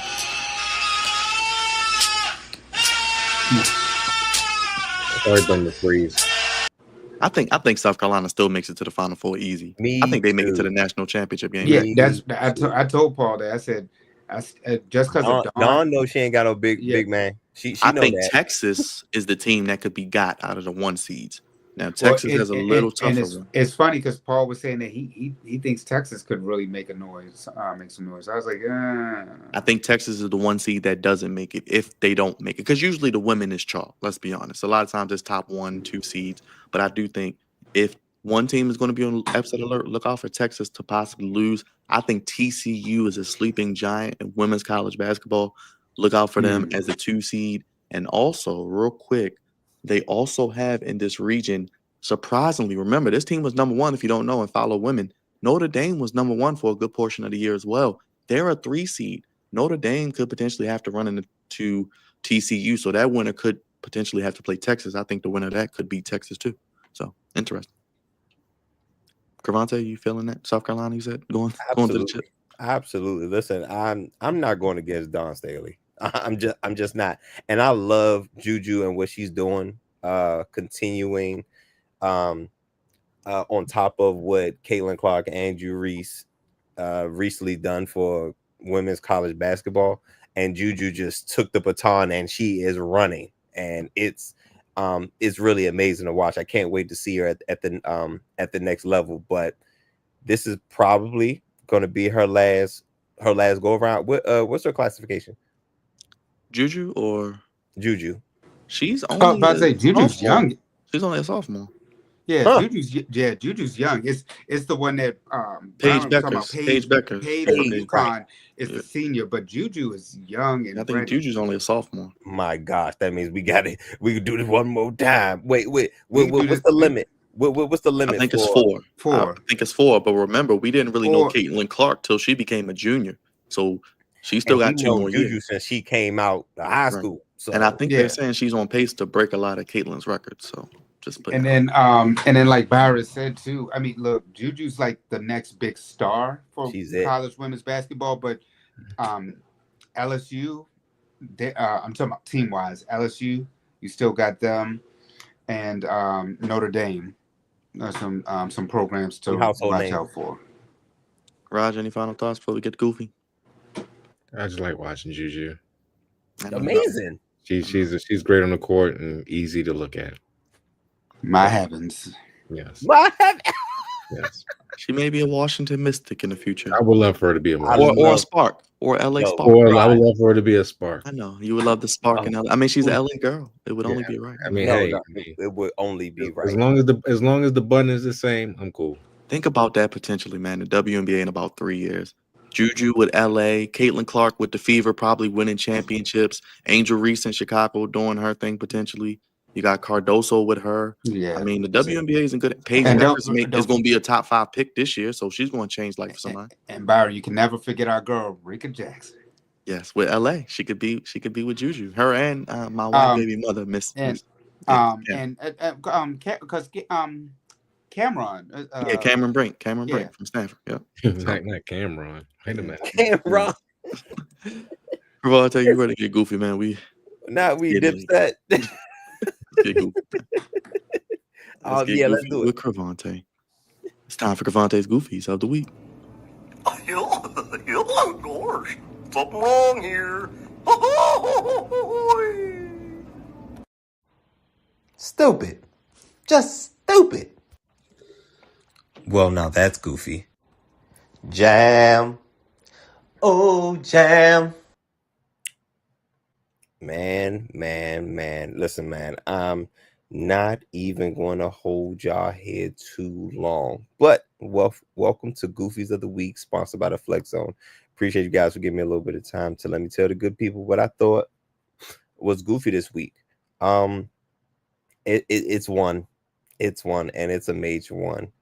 With goofiness, we deal with all levels, high, low, mid, in between, all that goofiness. But we got one it's an interestingly high level. And it's the Cincinnati Bengals. Now, you're probably thinking, is it because they signed Jamar Chase and T. Higgins to making Jamar Chase? They made Jamar Chase the highest paid non-quarterback. So he's making a little bit more than $40 million a year. And T. Higgins gets a 4-year deal of about $115 million. Now, excuse me. Sure, partially goofy because you're tying up your quarterback and 2 wide receivers. You're tying up 33% of your cap with these 3 players. I just think that's not a great way to construct a team. Now, granted, Jamar Chase is a top 1A 2 receiver in the league. Joe Burrow is also a top 5 quarterback in the league. But that's not how you sustain success. All offense, no defense. That's usually not how it's done. Trey Hendrickson is in the mix. He is looking to get paid, but how the Bengals are spending money, I don't think there's nothing left. Now, word on the street is that Word on the street is that there is something left. There is some things that they can do as far as, possibly kicking the can down the road with Jamar Chase or T. Higgins or both, and maybe more so backloading their contracts, and being able to get Trey Henderson. Pretty much, he's going to project at least somewhere between $35 and $40 million. But what's goofy is that the Bengals did not have to be in this situation. And Byron, I want to know, is it possible you can find the tweet or the stat that said how much money the Bengals would be paying their now stars if they would have paid them when they were supposed to be paying them? I got you, brother. I got you. This is one of those times where being frugal by the Cincinnati Bengals, because they're like the not laughing stock of the NFL, but they have the least net worth out of pretty much all the NFL teams, and they are very, very cheap, to the point where you hear back in the day that they made their players pay for certain things that you would think that a team would just cover, but they are very frugal, cheap, and them letting themselves continue to be cheap and frugal and all that stuff has come back to bite them, because now they are going to be cap stricken, especially if they pay Trey Henderson what he is what he's looking for, which is again between $35 and $40 million. Now, because this is also a mistake that the Cowboys have made continuously, not paying players when they're supposed to, and kicking the can down the road. And Byron's getting the numbers, but I think what makes all this goofy is that the Bengals could have had Jamar Chase under contract, T. Higgins under contract, because they did franchise tag him twice, and they could have had Trey Henderson under contract and comfortably under contract. Not we're going to have 3 players take up 33% of the cap under contract. And this is oh boy, there it is. If the Bengals acted when they were supposed to, they could have had Jesse Bates $12 million a year, T. Higgins $23 million a year, Jamar Chase $35, and Trey Henderson $25. Now, is Jesse Bates even on the team anymore? I don't think he's on the team anymore. They lost both safeties, yeah. Bates and they lost both safeties, yeah. So T. Higgins is currently making about a little bit over $28 million right now. Jamar Chase is making over 40, and Trey Henderson is going to make probably over 35.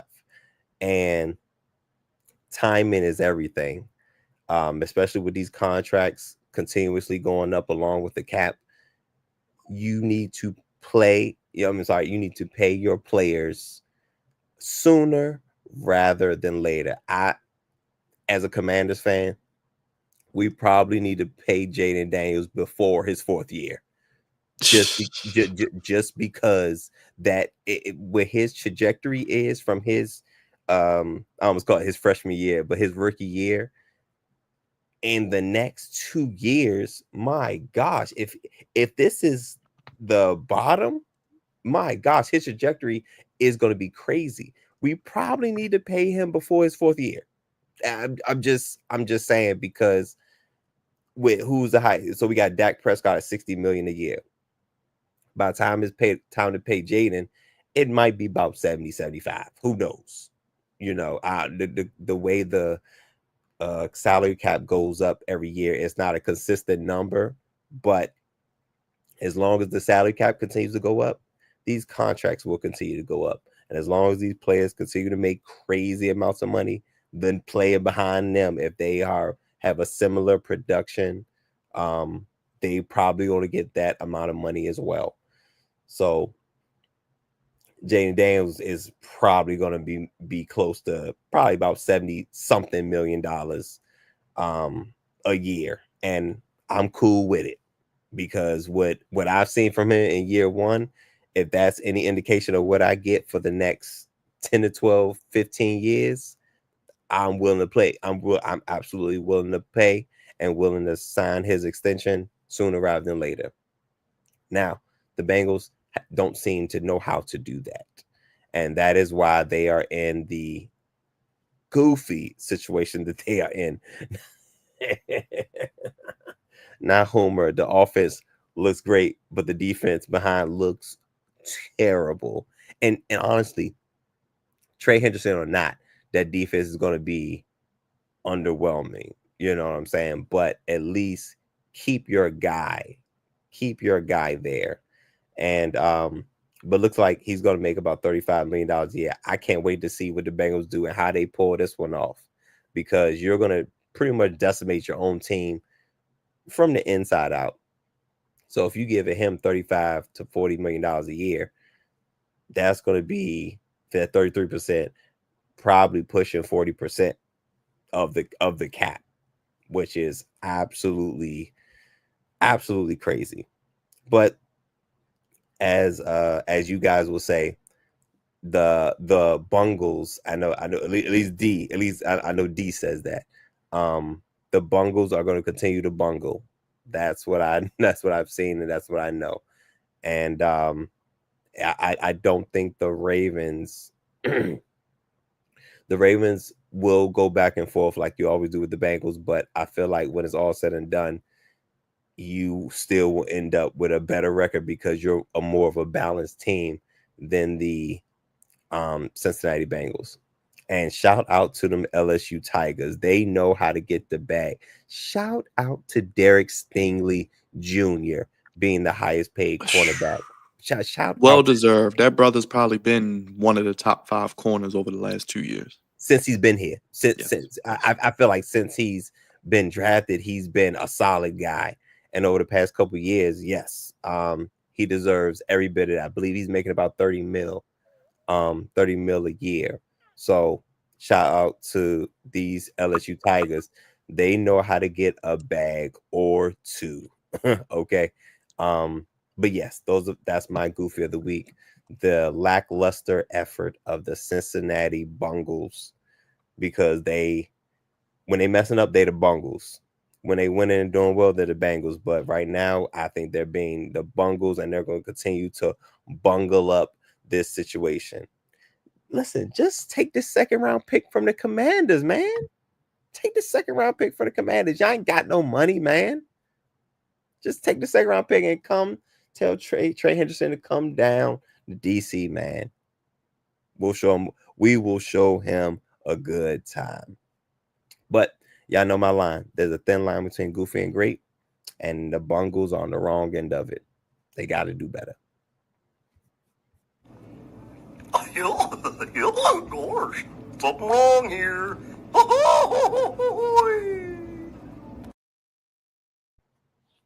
Thank you for that goofiness, Cravante. And speaking of Sunday, Sunday with Cravante, your Sundays have never been better. Cravante, how are you enjoying dealing with me on yet another day? Hey, man, listen, we're doing it at a time where football would normally be on. So we're doing this Sunday afternoon. So I like what we have created, and I'm looking forward to it now.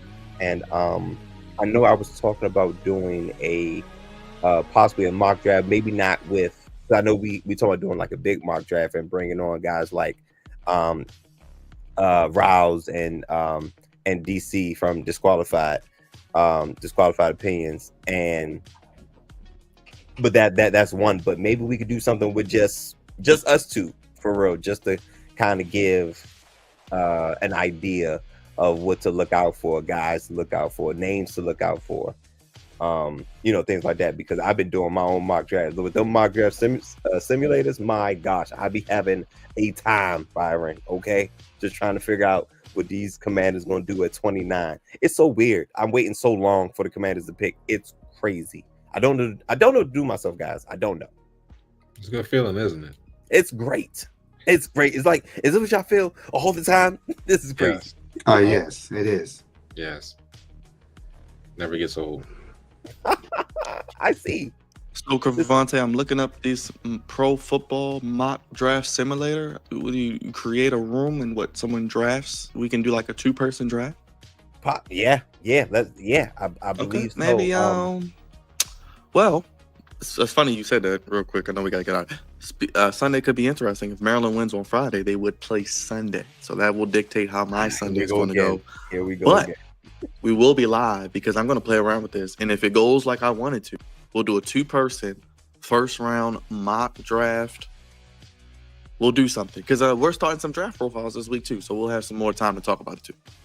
Absolutely. Probably gonna start with. I'm looking at start with defense this year, but eventually we're gonna make our rounds to it, and yeah, we could start it up this week, man. But yeah, this is an exciting time of the year, very exciting time of the year. Yeah, maybe if Maryland plays late, do an early little mock draft and chill, watch some tournament, talk about it, do the draft, play around with it, have some profiles out for you this weekend.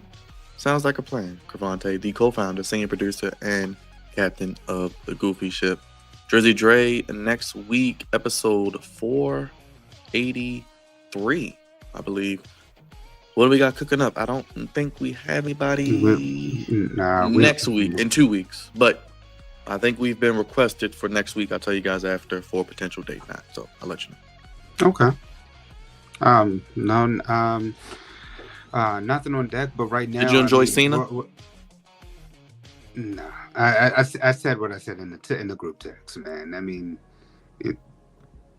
I give him credit for explaining it, but it wasn't what I thought it was going to be. But we'll see, because I thought we were going to get like a corporate Cena. Didn't happen.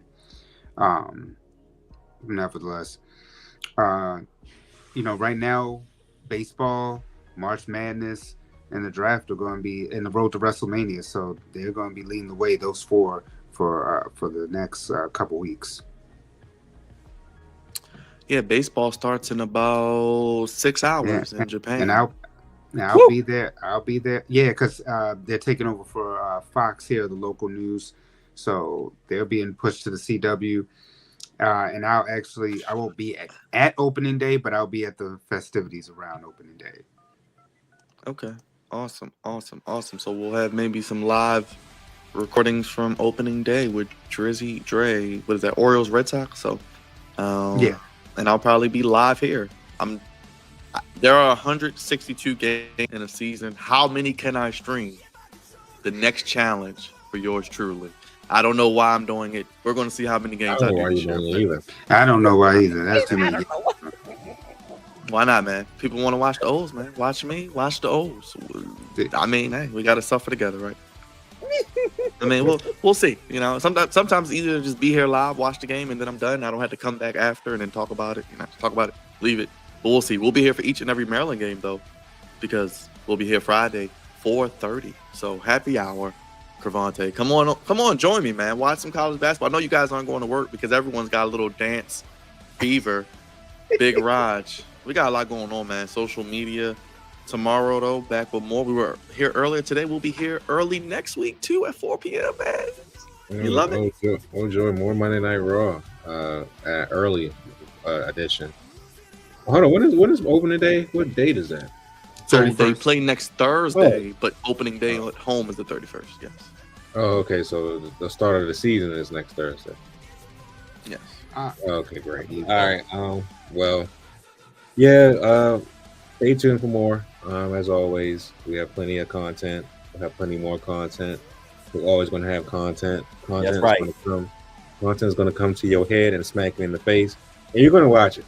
So hit the like and subscribe button. Hit that bell for notifications. If you enjoy what you're watching, stay tuned for more. Shout out to our guests earlier on the stream. Mark. Our guest Mark from Australia, Steelers fan. Awesome. Shout out to everybody that's always tuned in. As far as the crew, Leo, Jugs, Brother Thoughts from earlier, doing the Monday Night Raw stream. Prayers up to Tracy Morgan. He was on a New York Knicks court going up something crazy. So hopefully he's okay. But that's pretty much it.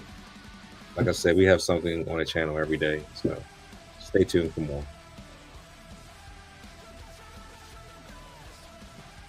Are you frozen, Byron? Okay, I don't know if I'm frozen. Yeah. Am I frozen? Yeah. Am I frozen? I'm frozen? Okay. Yes. All right. Okay. Well, I don't know if Yeah, he's I guess I'm disgusted or if he has something he wants to say. He's the best of the best of the best. That's So, it. And he'll be back. But yeah, like I said, we have something on the channel every single day this week. Stay tuned for more. As Byron comes back from being the best of the best of the best. Please not that. You know what, guys? I didn't realize how many episodes we've been doing. Like every week he just says a number and I'm like, damn, that's a lot. That's a lot of episodes, like 483. It's closer and closer to that 500 mark. 500, baby. We almost there. What's that about 17 more? Would that be the summertime? Maybe Yeah. fall? Yeah, around football season, probably. Ooh, perfect. Hey, Byron, we was talking about when the 500 episode was going to be. I think it'll be right around football time. Okay. Oh, I'm frozen. It don't matter. You might as well just close out the show. Like I said, we got Am I still frozen? Am I frozen? Okay, show's over. No, We out of here. Thank y'all for watching. We'll see you in the chat. Join our bracket. Starts Thursday, but you'll hear more about it throughout the week. For Dre Cravante, y'all's favorite host. All my technology is going crazy. It wants to act stupid and be goofy. It's probably tired of me. Raj, you get in the show. All right. Well, I'm going to end the show and end the stream. So have a good night, everybody. Bye-bye. Peace. Peace. Good ones.